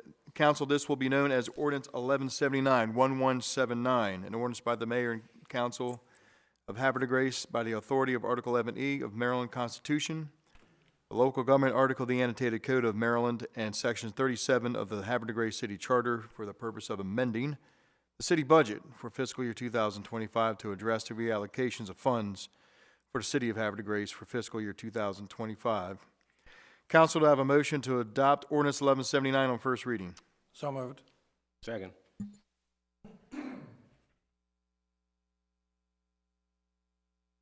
A motion by Councilmember Boker, seconded by Council President. Questions or comments? Roll call vote. Councilmember Boyer. Yes. Councilmember Schnagus. Yes.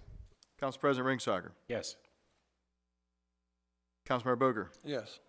Councilmember Jones. Yes.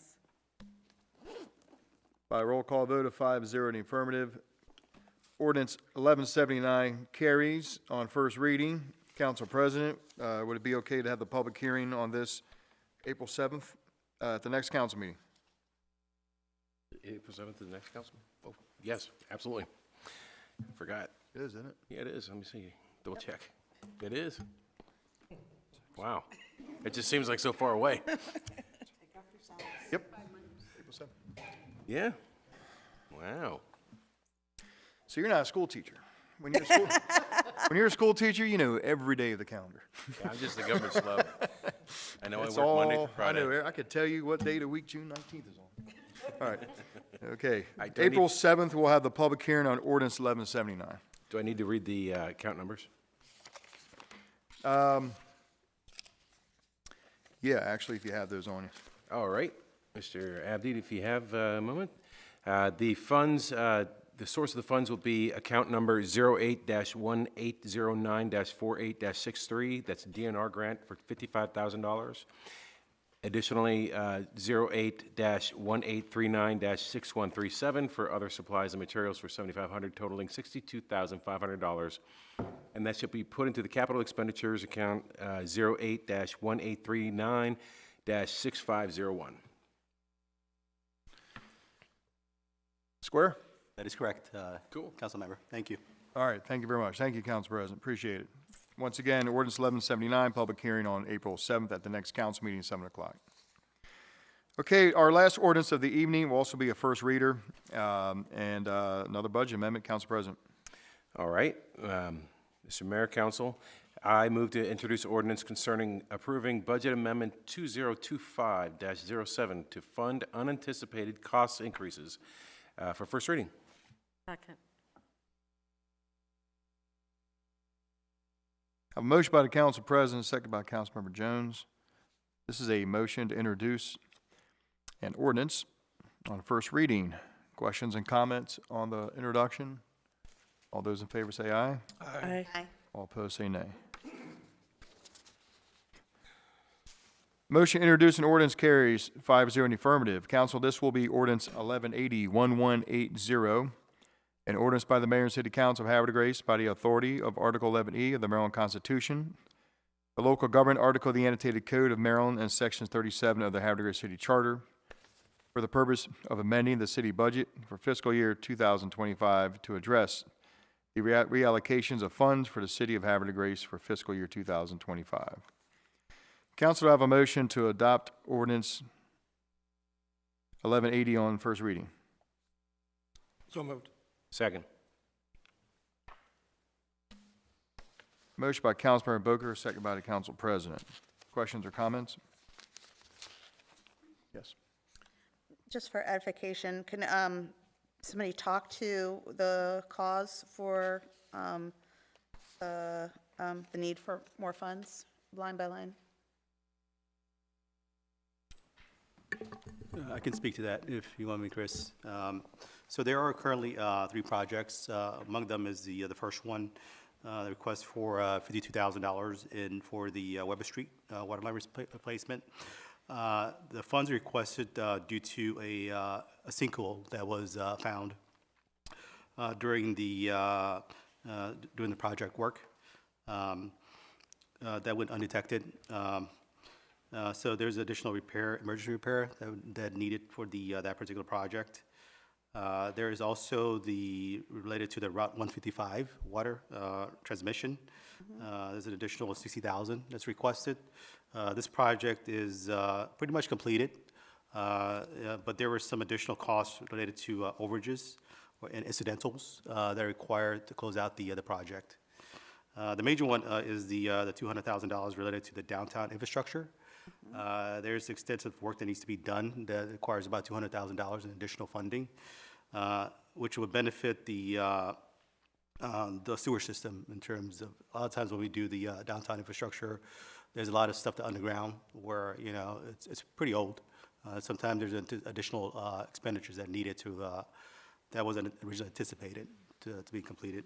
So that is requested from our Director of Capital Projects in order to complete the project. So that is those 3 projects where it needs additional funding. So all of these projects, all 3, were unanticipated, and as a result of being in the midst of the project and identifying that there are additional issues that need to be resolved. Right. Correct. So anytime in terms of capital projects, there are some things where you anticipate. There are some things where as you go along through the project and you actually start doing the work, there's additional costs that's involved. So primarily these instances where we need to cover those additional expenditures. And the funds that these are coming out of it's mainly the capital cost recovery? These are tied to budgeted amounts. So everything's tied in terms of either debt or capital cost recoveries. So we're talking about bond proceeds and also capital cost recovery fees. Those are the primary revenue sources that we have for our capital projects, as they should be, because these are long-term projects, which needs to be spread out because it benefits not only you and me, but future generations. Yes, but again, these are budget amounts from last fiscal year that we're reducing in order to fund higher priority projects. Okay, thank you. You're welcome. Thank you. Any further questions? Okay. Any other questions or comments? Council, we're going to do a roll call vote on ordinance 1180 on first reading. Councilmember Schnagus? Yes. Council President? Yes. Councilmember Boker? Yes. Councilmember Jones? Yes. Councilmember Boyer? Yes. By roll call vote of 5-0 in the affirmative, City Council Ordinance 1180 is adopted on first reading. Council President, April 7th? April 7th sounds good. Okay, the public hearing on this ordinance will be on April 7th at the next City Council meeting at 7 o'clock. And Mr. Abdi, there you go. The fund sheet, the budget amendment sheet here is just confusing to me. Do I only read the fund transfer from, the 200,000 portion? Because I don't understand where the bottom portion, the Weber Street, because it's not lined up. The Weber Street? Yeah, so the source of the funds, it will be account number 01-0001-49-00. Fund transfer from Water Sewer Fund 9 for $200,000. And then the use of funds, account number 01-1251-7098, Downtown Infrastructure Rehab Resiliency for $200,000. And then below that, you have the additional costs, bring up the extra 112. It's not allotted from the source funds. So the bottom portion is the use of funds. So a lot of times you want to keep all the expenditures. Okay, so I was just making sure. So you don't need that read? Oh, no, if you don't want to go into detail, Okay, yeah, this that's is what I all thought. correct. I was just making sure I didn't need to read into record. Thank you. Thank you, Council President. Thank you, Council Member. Okay, we are now going to move down to item 13, old business. we have some old business. Item A, amendment to the First Friday special event application. Dr. Ritchie. Thank you, Mayor. Council, we are requesting to amend the First Friday event application to extend the footprint down Green Street like we had last year. So with the new structure of the downtown, we're not going to be able to fit as many vendors as we did previously on Washington. So we would like to be able to go down Green Street like we did last year in order to accommodate the standard amount of vendors that we have. So if you would so approve that, we'd be very appreciative. So moved. Second.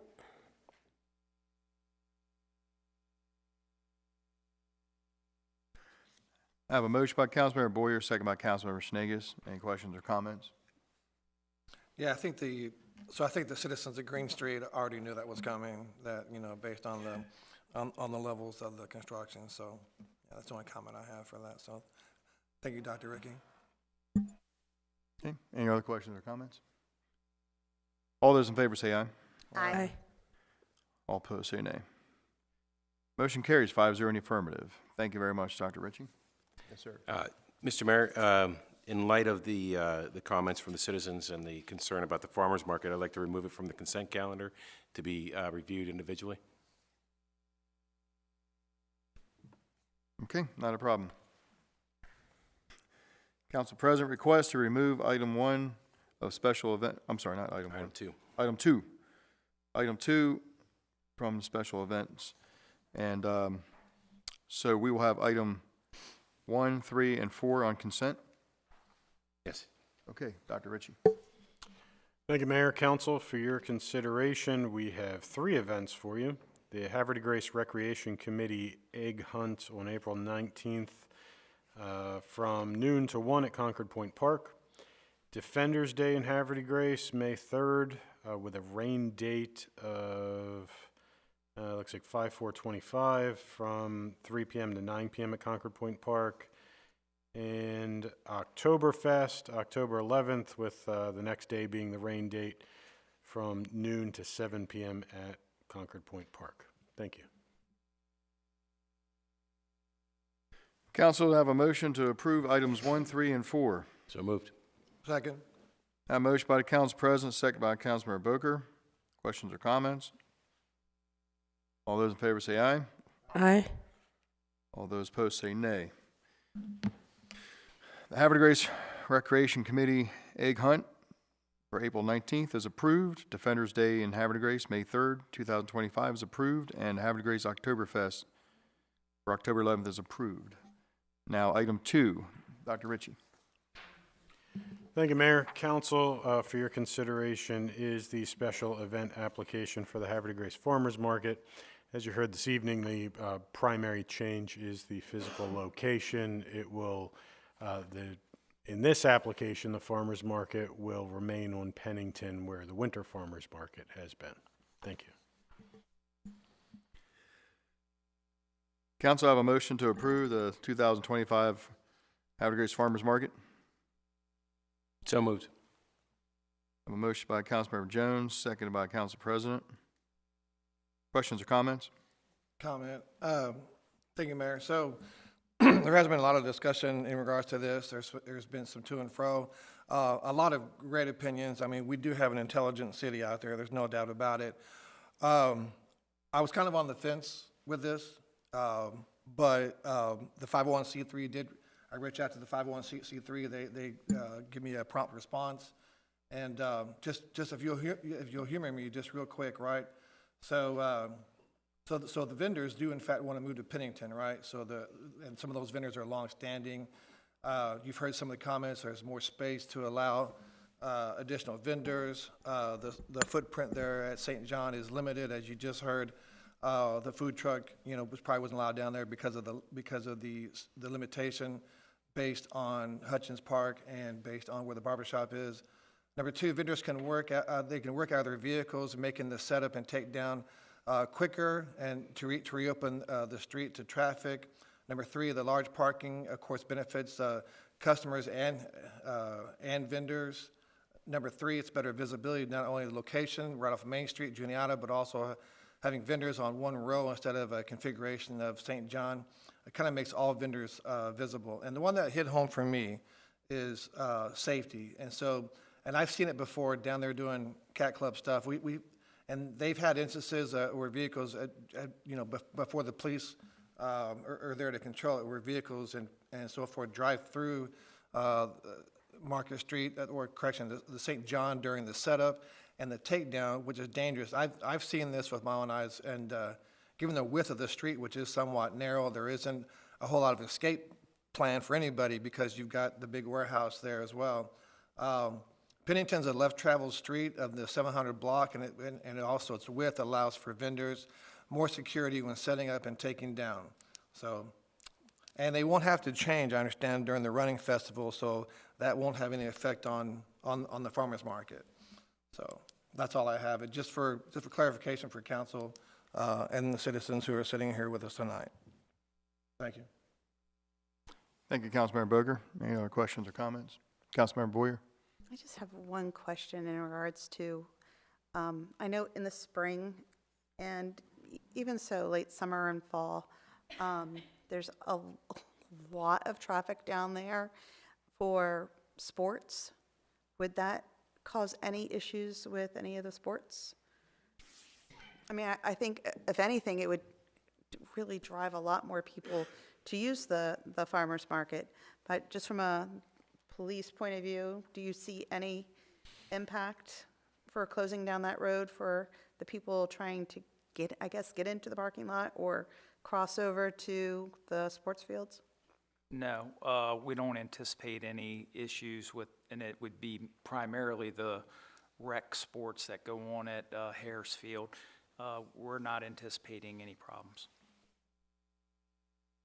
Yeah, as a dog owner who likes to I like to socialize my dog at the farmers market just because there are more people who are more likely to like her there.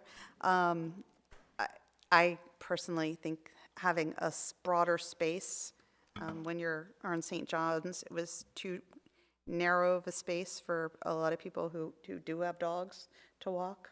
So that's another benefit I see of having it at that space. I do really hope that the farmers market can work generously with our downtown merchants and find great opportunities, and maybe take this little bit of a lemon and make it into some wonderful lemonade. I'd really appreciate that. So thank you. Thank you, Councilmember Boyer. Council President. I want to note that you mentioned the Saturdays with the sports. I don't think it'd be much of an issue because most of it starts around noon or thereafter. And I'm the one who usually works the booth for the rec sports for the football games, and I do tell everybody to make sure you go downtown for the farmers market and hit all the events around the city. And I don't think it'd be a big issue with the traffic. So I think Chief is right. Usually around noon. Yeah. Councilmember Shenanigans.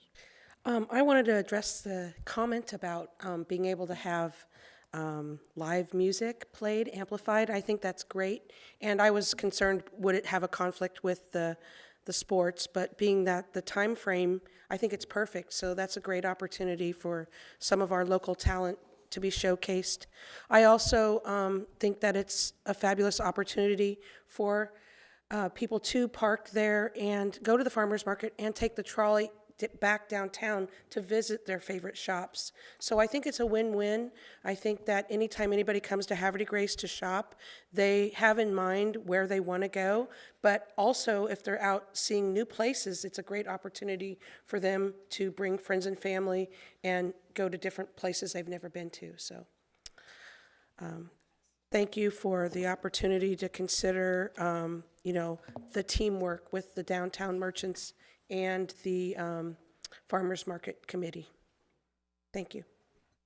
I do have one more thing, and this is more administrative. Can we do something to make it so that the old high school isn't there anymore when people bring in requests for this area? So those maps are the maps that the applicant provides to us. I guess that's what's on Google Earth right now? It depends on which version of Google Earth you click on. Okay.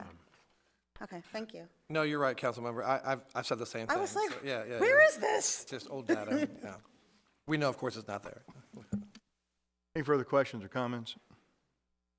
Before council votes on this event, I wish to opine a couple comments. I normally don't speak during legislative matters, but I'm sure my fellow council members won't mind if I say a few words for the benefit of the audience.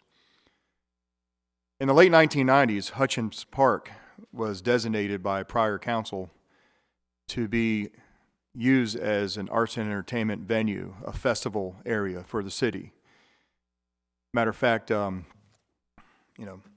hooks in the concrete were placed there in the early 2000s to accommodate tents.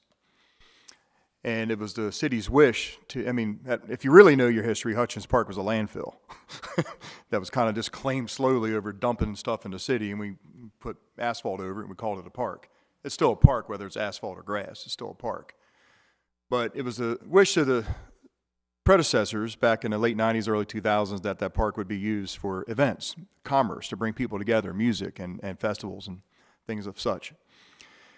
But it wasn't. It was a parking lot for the Martha Lewis for a while and some other ventures, and people fished off of it. And we put bathrooms down there, trying to get people to go down there. But when I became mayor in 2010, one of my first actions in May of 2015, one of my first actions in May of 2015 when I took office was I scraped together about 30 grand and I put the tent down there. Because I thought, well, maybe we have a tent down there. People might want to go down there, and the farmers were the first guinea pigs to, I'm kidding. The farmers were the first folks nice enough to agree to go down there and use the tent. But there's a backstory behind it. Around 2010, the concrete house that's there in the boatyard somehow was allowed to put a driveway into a city park. I didn't know about it when I was on council. Nobody knew about it. Okay, well, we really didn't think much of it at the time. Well, the folks that live there don't want anything going on in that park, and they sued the city.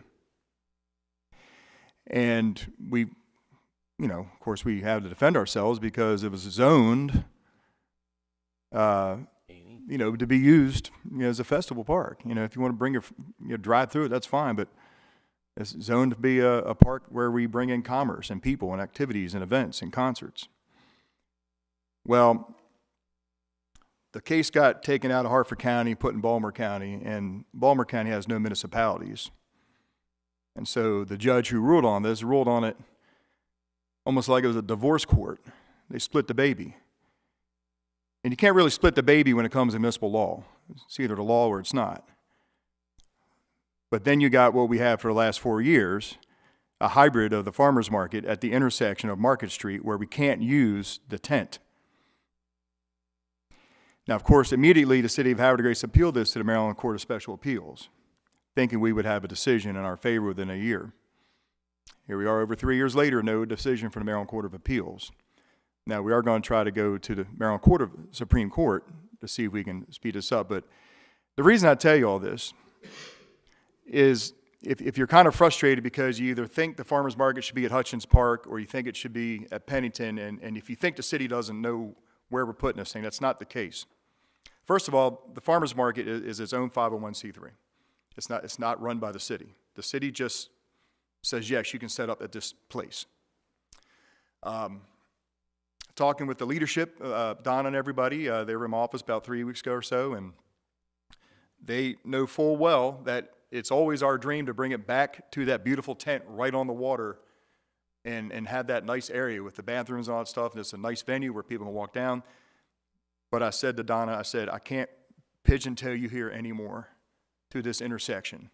It just doesn't make sense. It's potentially dangerous. You can't grow.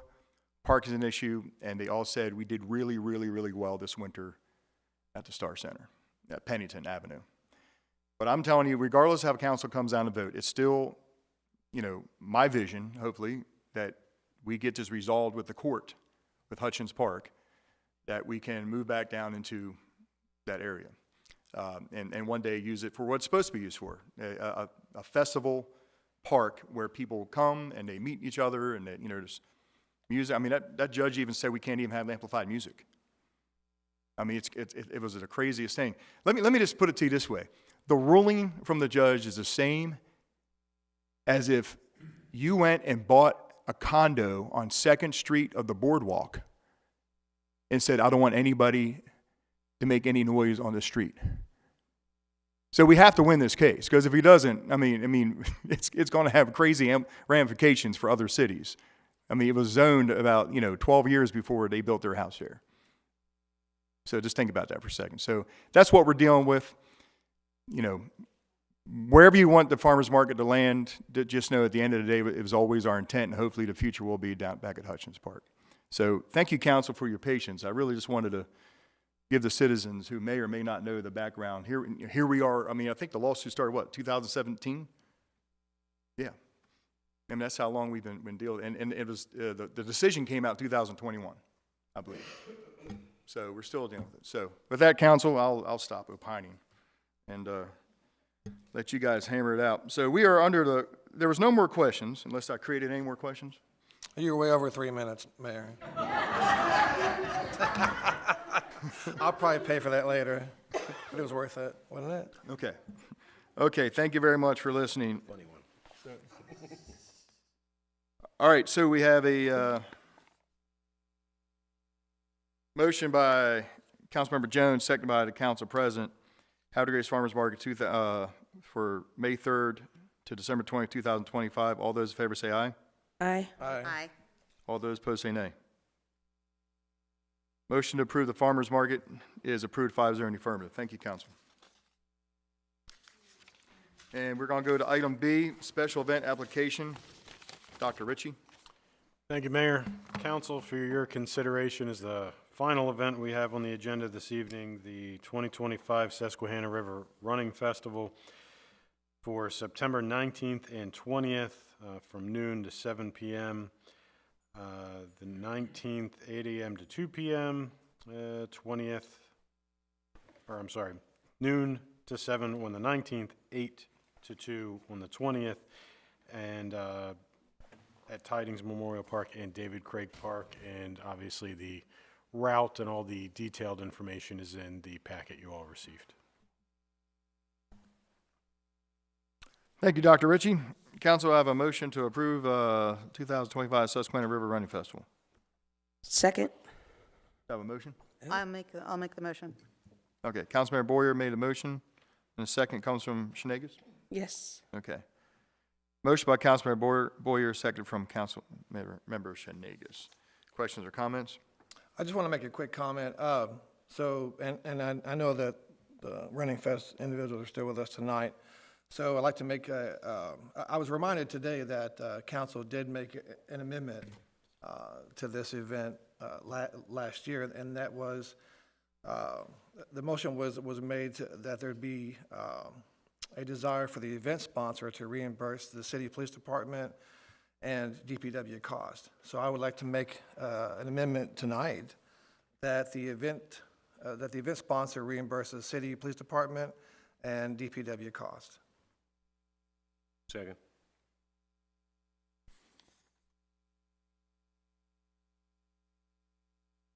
Hold on one second.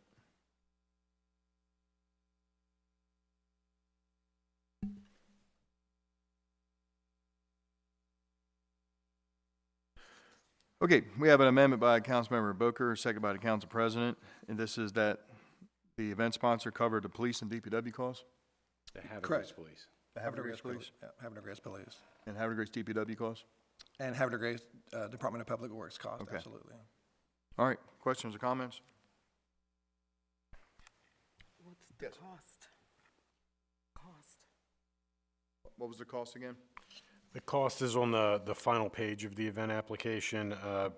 It is for the police department, $24,150, and for Department of Public Works, $7,715.52.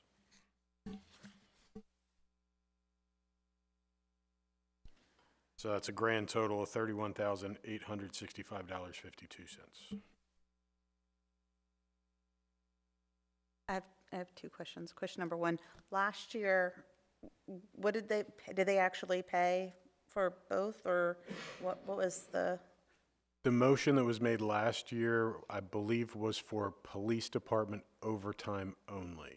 I don't believe that motion covered DPW costs. Okay. And was that actual cost or estimated cost? Because these are both estimated costs. It's the actual cost incurred is what they pay. So is the motion for actual cost, or is it for estimated cost? We work up an invoice, and it's based off, for the PD, it's based off of $76 an hour. And that includes, regardless of the rank, it includes fees for vehicle fuel, maintenance, all, everything that's involved as far as overtime for the officers and such. So it's $76 an hour is what we end up charging them. So is this all overtime? Yeah. Okay. And the same thing for DPW, is it all overtime, or is it also So and just their daily cost? to draw people's attention to so there is a fully loaded labor rate in here, which also includes benefits and those type of things, and that's estimated to be $115 per hour. So, Chris, those amounts are coming from the finance department. So we look at the officers in terms of their, the base salary, and also the benefits. So it's basically a blended rate of combining of all the officers' pay. So as the chief alluded to, this information is coming actually from the finance payroll information. So these are actual numbers we're talking about in terms of covering the cost of the police security. Yeah, so the fully loaded rate is more representative of the actual cost to the city for each hour that the officer works. And to answer your question, Councilmember Boyer, all of the DPW costs would be overtime as well. Okay. And do these numbers match up to, I don't know what it was last year. I don't know that off the top of my head, but on your sheet you'll see that they have the fully loaded overtime rate. And yeah. Yeah, coming up to the podium. Your name? I'm Will Murdoch. So last year, as Chief Crass indicated, we did pay an invoice for police overtime at $76 an hour. That total, including FICA, was $6,504. We did not receive any invoice for DPW costs, and I don't believe in the history of the race that the race has paid DPW costs or the rest of that $31,000 estimate. The police overtime cost was all the race had absorbed, and candidly, it costs $200,000 to put this event on, including the $6,900. And we're working with some folks at the bridge who have a pretty generous invoice that we're kind of working through right now. So I would humbly ask that any costs that could be shared with the city for goodwill for the folks that we try to bring in to support the local businesses in the city would be much appreciated. So Mayor and Council, we can go ahead and speed this along. I'll go ahead and amend my motion to just for a copy for reimbursement of the police department cost, just as you did last year. The overtime cost. Okay, that's my Total police cost or police overtime cost? police overtime cost as described by Director Ricky. Same as last year, right? Yes. Okay. I'd appreciate that very much. Thank Second. I was the one that seconded it, Oh, and okay. he amended it, so I'm the one that I'd have to agree to Yep. amend my second. Thank you, CP. I appreciate, thank you. for the Okay, so clarity. now Councilmember Booker's amendment is for the promoters of the Run Festival to cover the police overtime costs of this event. Correct. Event sponsor reimburse the city police Okay, department. and was seconded by Council President? Mayor, could administration just get some clarification on that? So the overtime cost, is it the $76 that they paid last year, or is it the fully loaded plus overtime rate, which is $172.50 an hour? And that's the one that includes overtime and benefits, so that captures total cost. Probably the intent of council to pay in a ballpark what they paid last year, I think. which would be, The 76? Yeah, and it could go up slightly because of step increases in July. So this event's in September, but I wouldn't think that it would go up much more than that. But that typically for a reimbursement is, the cost sheet is like everything. There's no way for us to recoup like command staff and things. There's not a mechanism for us to obtain overtime.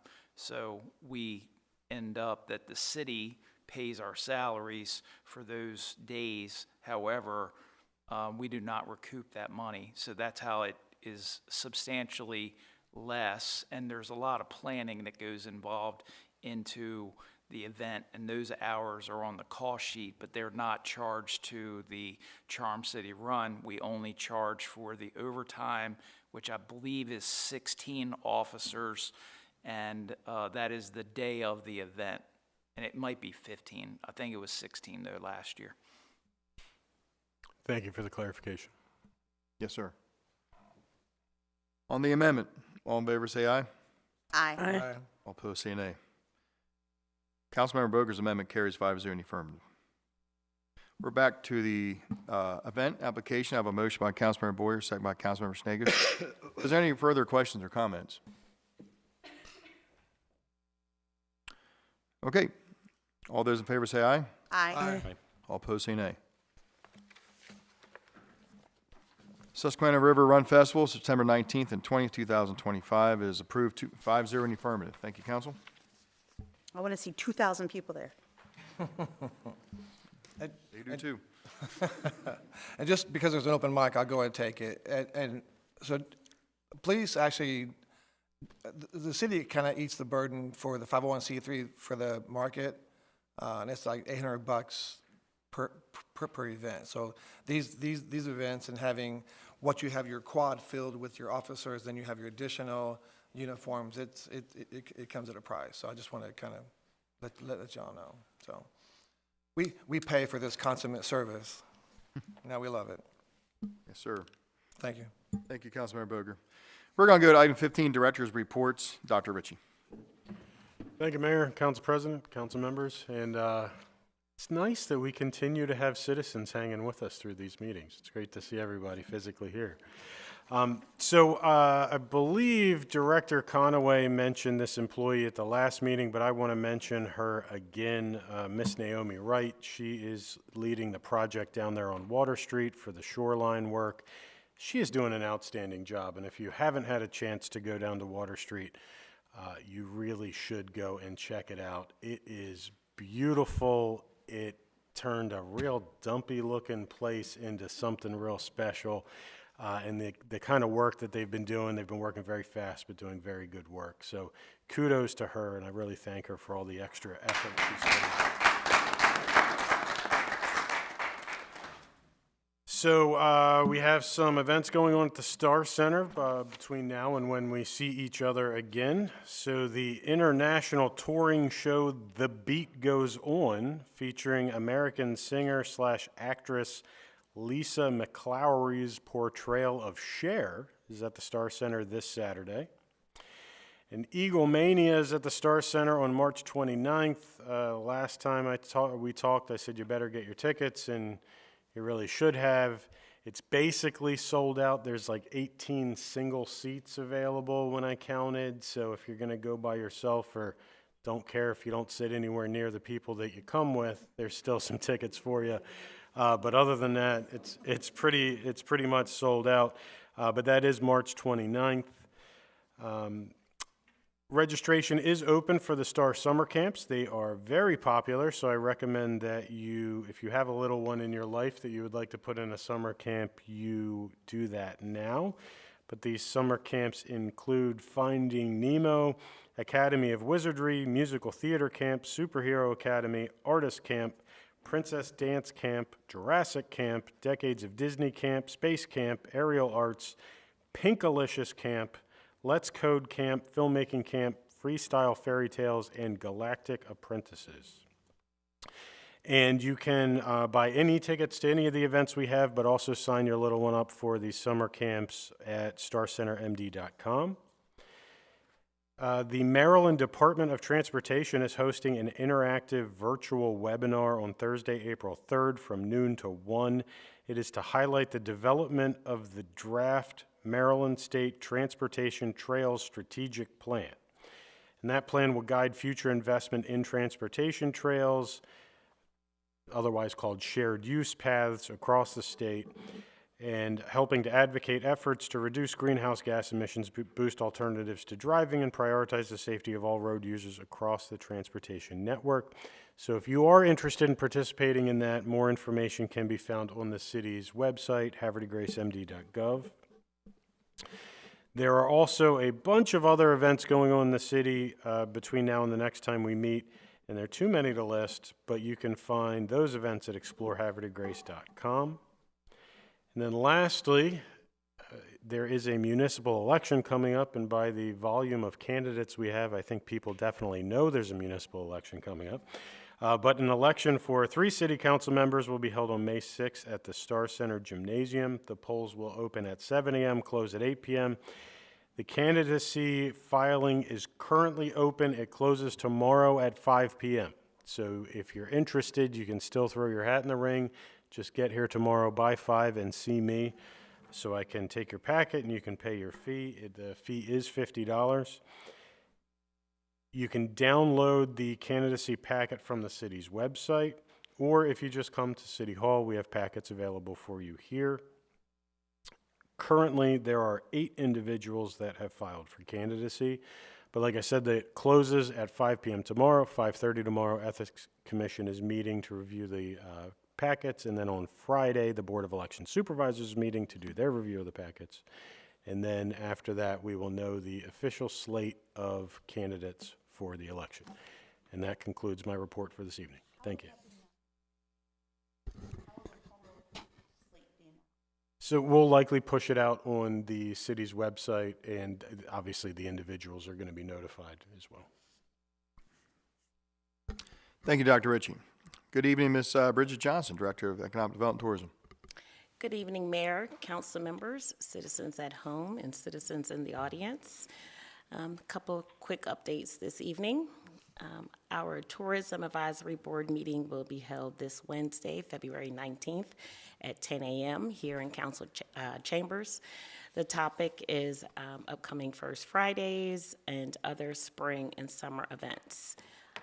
The First Fridays applications are coming in. We have been receiving a lot of them, which is one of the reasons why we have the amendment in tonight to extend First Fridays down Green Street. We still have space available. The applications are available on explorehavredegrace.com and also on the Facebook site. Renovations will begin at the Visitor Center on April 1st. Our current visitor center on Washington Street. So we will be closed for a few weeks.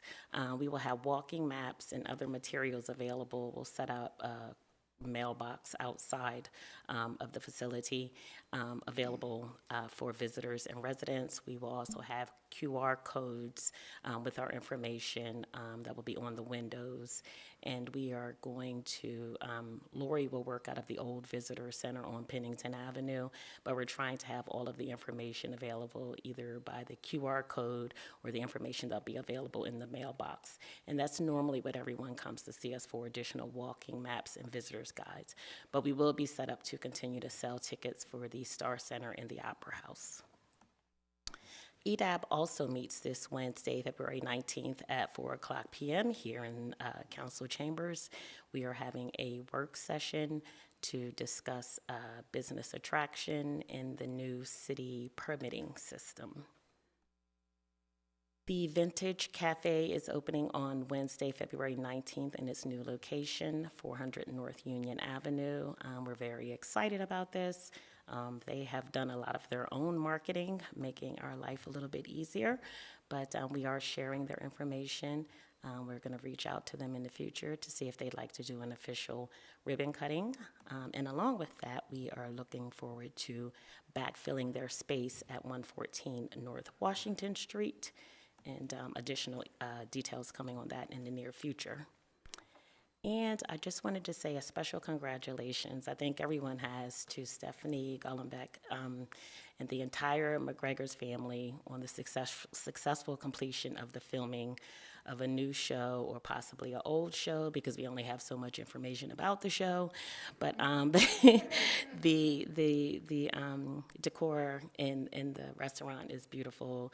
The menu is delicious. We had an opportunity to dine at the restaurant on Friday in the 4 p.m. slot. I was very grateful to be invited. And to citizens that are listening, we really were not trying to keep a secret, but we had to keep a secret on some of the details with this show. But Stephanie did a great job. She really went out on her own and competed for this spot to be in this in the position that she is in. So kudos to her in bringing the spotlight to the city of Havre de Grace as well. We could not pay, or at least out of my budget, for this type of advertisement and marketing and promotion of the city. So just a special thank you to her. We had a great time working with the production company. They had nothing but good things to say about the city. They've sent us text messages and emails about how easy it was to work with us. So that's also good for us, because as we extend our film and production resume, hopefully we'll attract more films in the future. So that concludes my comments for tonight. Thank you very much for the update, Ms. Johnson. We appreciate it. And we're going to go to our Director of Finance, Mr. Abdi. Good evening, sir. Good evening, Mayor. Thank you.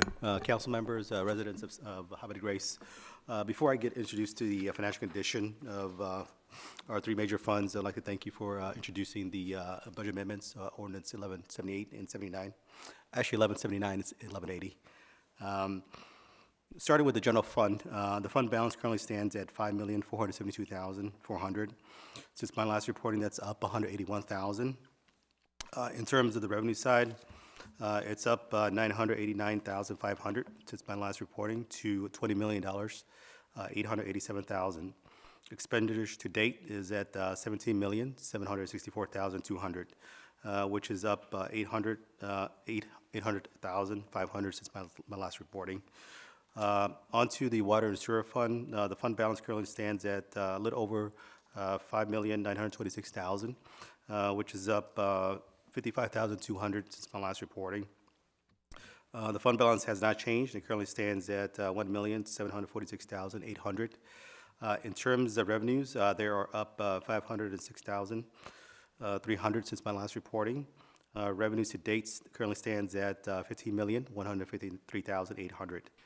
Expenditures are up $451,100, with expenditures to date at $10,974,200. Lastly, the Marina Fund currently balance stands at $1,071,100, which is up $2,200 since my last reporting. In terms of revenues, they are up $10,900. It currently stands revenues $715,200. In terms of expenditures, they are up $8,700, and currently stands at to date $406,100. So that concludes my financial highlights for this council session. Thank you. Thank you, Mr. Abdi. Appreciate the update. Thank you, sir. Thank you. Good evening, Mr. Conway, Director of DBW. Good evening. Thank you, Mr. Mayor, council, guests. Just a quick follow-up on Dr. Ritchie's comments on the MTBR project. The contractor, Chinelli, is about 75% complete. They anticipate the actual completion to be sometime towards the end of the first week of April. And like Dr. Ritchie says, if you haven't had a chance to go down there to look at it, it has literally transformed the landscape of Water Street. It's just absolutely amazing. And another quick shout out to Naomi. Great job, Naomi.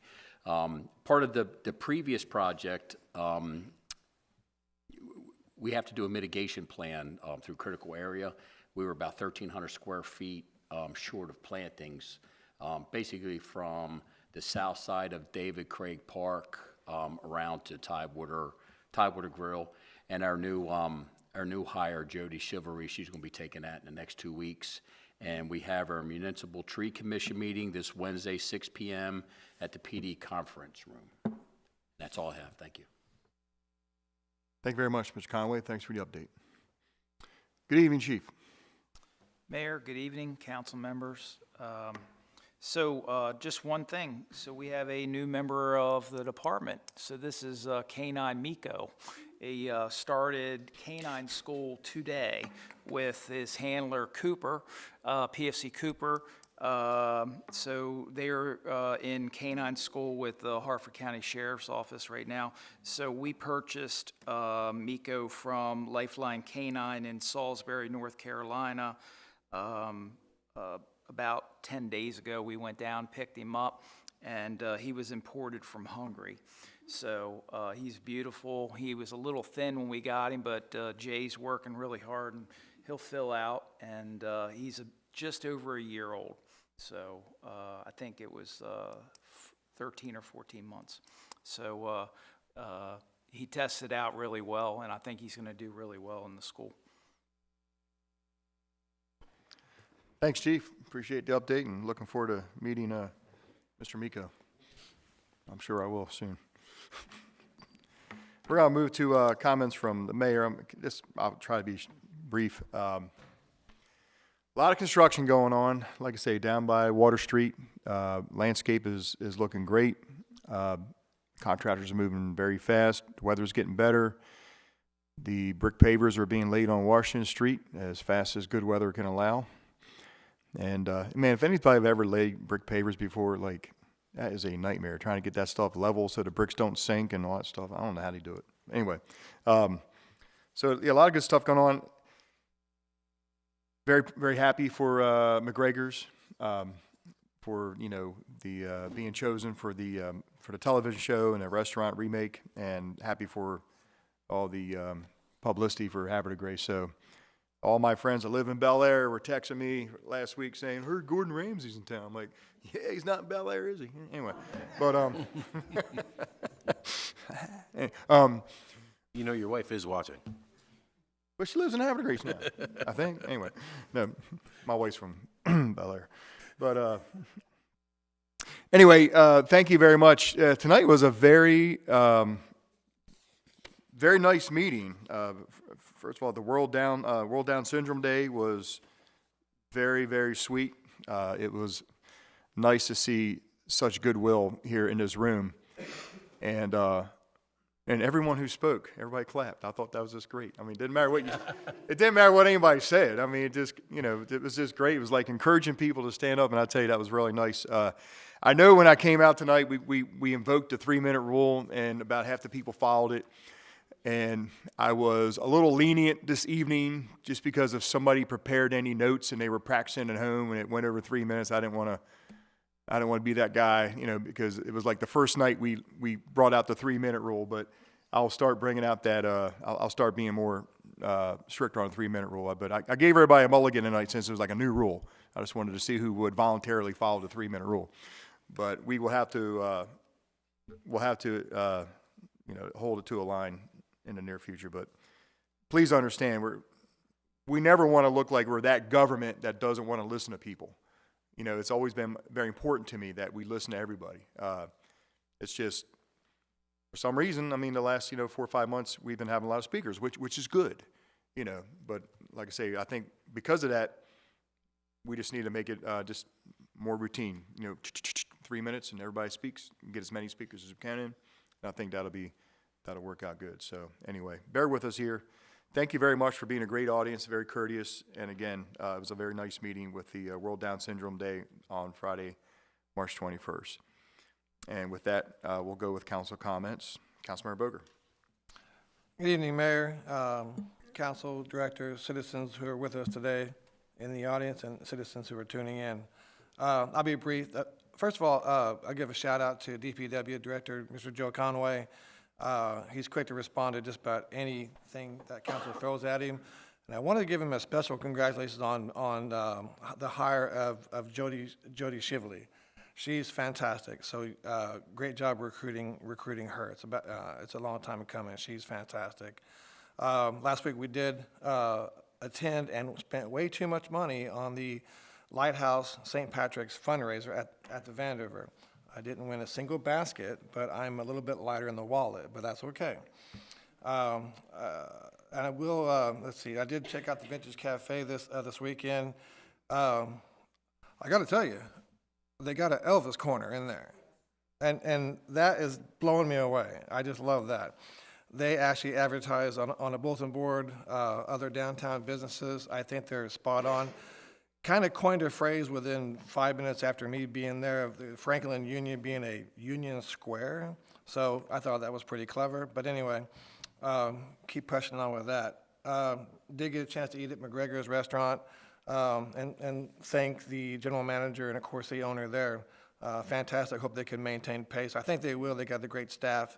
And I want to steal some thunder from Council President Ringsecker here real quick. You know I'm going to do this, right?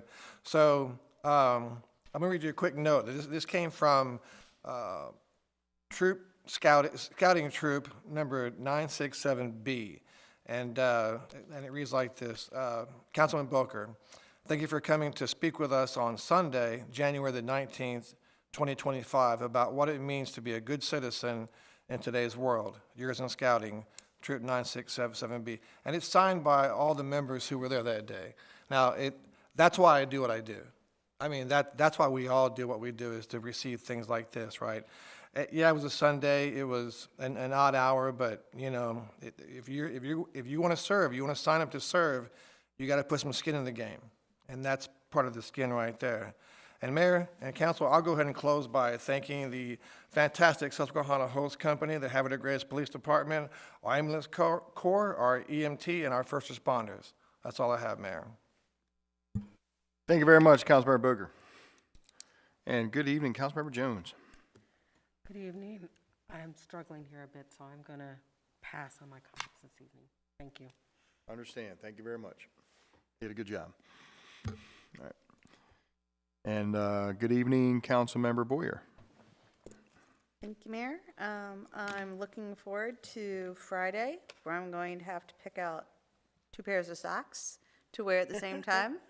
It should be kind of fun. I want to remind everybody, please somebody remember to put a poster on it Thursday night so we all remember to wear 2 different socks on Friday. And I'm looking forward to the 2025 campaign, and I want to thank everybody who has thought about running and has taken the giant step of putting your name in. It's a huge leap, and it's kind of a bit of you're putting yourself out there, and I recognize that, and I want to thank you very much. And for all of us, I want to encourage you to get to know each of the candidates, get to know what they can bring to this dais to make it a better, more functional.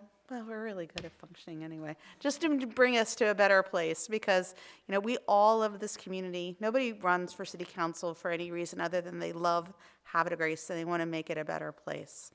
So, in the spirit of World Down Syndrome Day, I want to just celebrate the fact that today we had a very exceptional, diverse experience that was just full of love and joy, and I think we need more of that in our world today. So, thank you. Thank you very much, Councilmember Boyer. Good evening, Councilmember Shenagus. Good evening, Mayor, Council, Administration, citizens in the audience, and citizens at home. Well, it's almost time to say happy spring. We just have a few more days to wait, but spring is definitely out. Driving around, my first signal is the daffodils and the tulips. They welcome us, and it's nice, and it's just great to see people getting out in their yards and hearing the Monday morning truck pick up the yard waste. People are putting it out there and utilizing the opportunity to keep their place clean and enjoy the nice weather. So look forward to seeing more people outside as the weather brightens up. I would like to invite anyone that has little ones in their family or friends that have children, let them know that our local author, Lindsay Pope, she's going to be doing her book launch this Saturday at Gallery 220 from 10 a.m. to 12 p.m. There will be an opportunity for kids to interact with crafts and Girl Scout troop and kids yoga and other family-oriented events. It's free to get in. The book purchase is, available. Also, the author is there for a signature. So come on down. She's great. She did the ABCs of Havre Grace, and her new book has to do with a little sea creature, bird, and you come out and see, and you will find out all about it. Just want to thank everyone in town for continuing to work together in under the construction, just having events, getting out there and visiting the businesses. I really had an opportunity this weekend to see our community just come together in different ways. Of course, with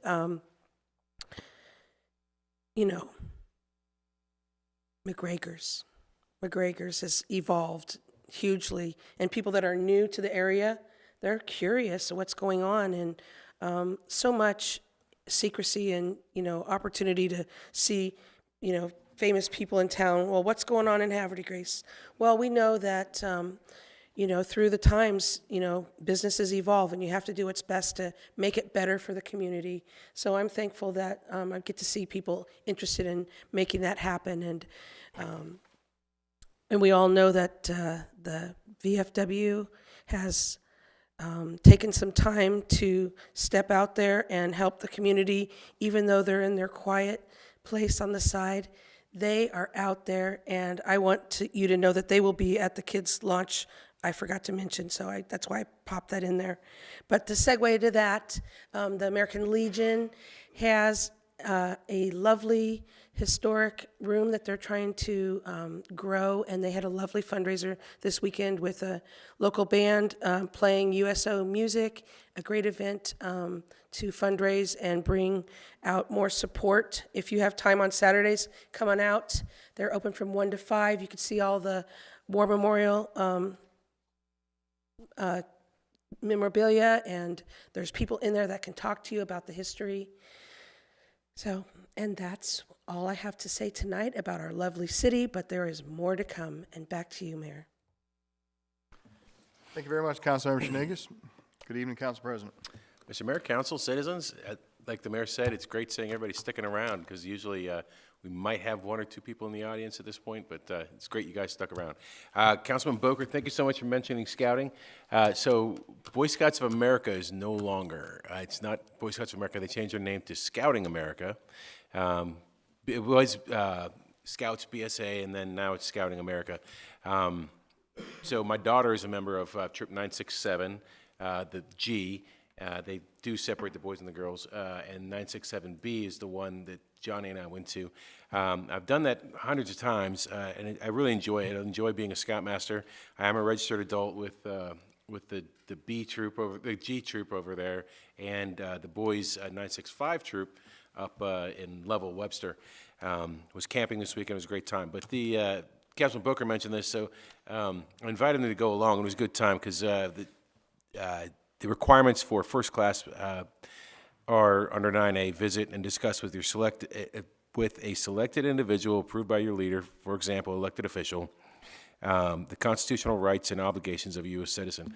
And I've always enjoyed that that part. And I've so many boys in my troop. It's nice for them that they have an elected official that they can talk to. I always just walk over across the room instead of having to pick up the phone. But I remember doing that requirement with David Craig on December 12th, 1992. Right after work, I got off work at McDonald's, and he said, just come on over. If you see the light on in my study, come over. And it was like 1, 2 o'clock in the morning. You could never do that now. But I remember going over there and working on this specific requirement with him, and just really got me into politics and liking what I do. But thank you so much for coming along with me and doing that. So just to wrap it up, that 967, I think it's the boys and girls, they will be having a pancake breakfast on Defenders Day on May 3rd in the morning. So that'll be at the Legion. Be sure to hit that up and eat some pancakes and then go downtown for all the festivities. And last but not least, I would like to congratulate sophomore Madison Berth for the second time in a row. She's named the state wrestling champion for her weight class. And so, pretty awesome. She's a sophomore, and she's won it twice. So she's only got 2 more years to try, and I'm hoping she makes a clean sweep. So Warrior Progress on top. Thank you very much, Council President. We're going to go to item 18, adjournment. Can I have a motion to adjourn? So moved. Second. Motion by the Council President, seconded by Councilmember Boker. All those in favor say aye. Aye. All opposed say nay. Hey, just kidding. You're free to stick around. I know that look. Nay or yay? Yay. Okay, okay. Motion to adjourn carries 5-0 in the affirmative. The time is 9:51. Thank you very much, everybody. We'll see you April 7th.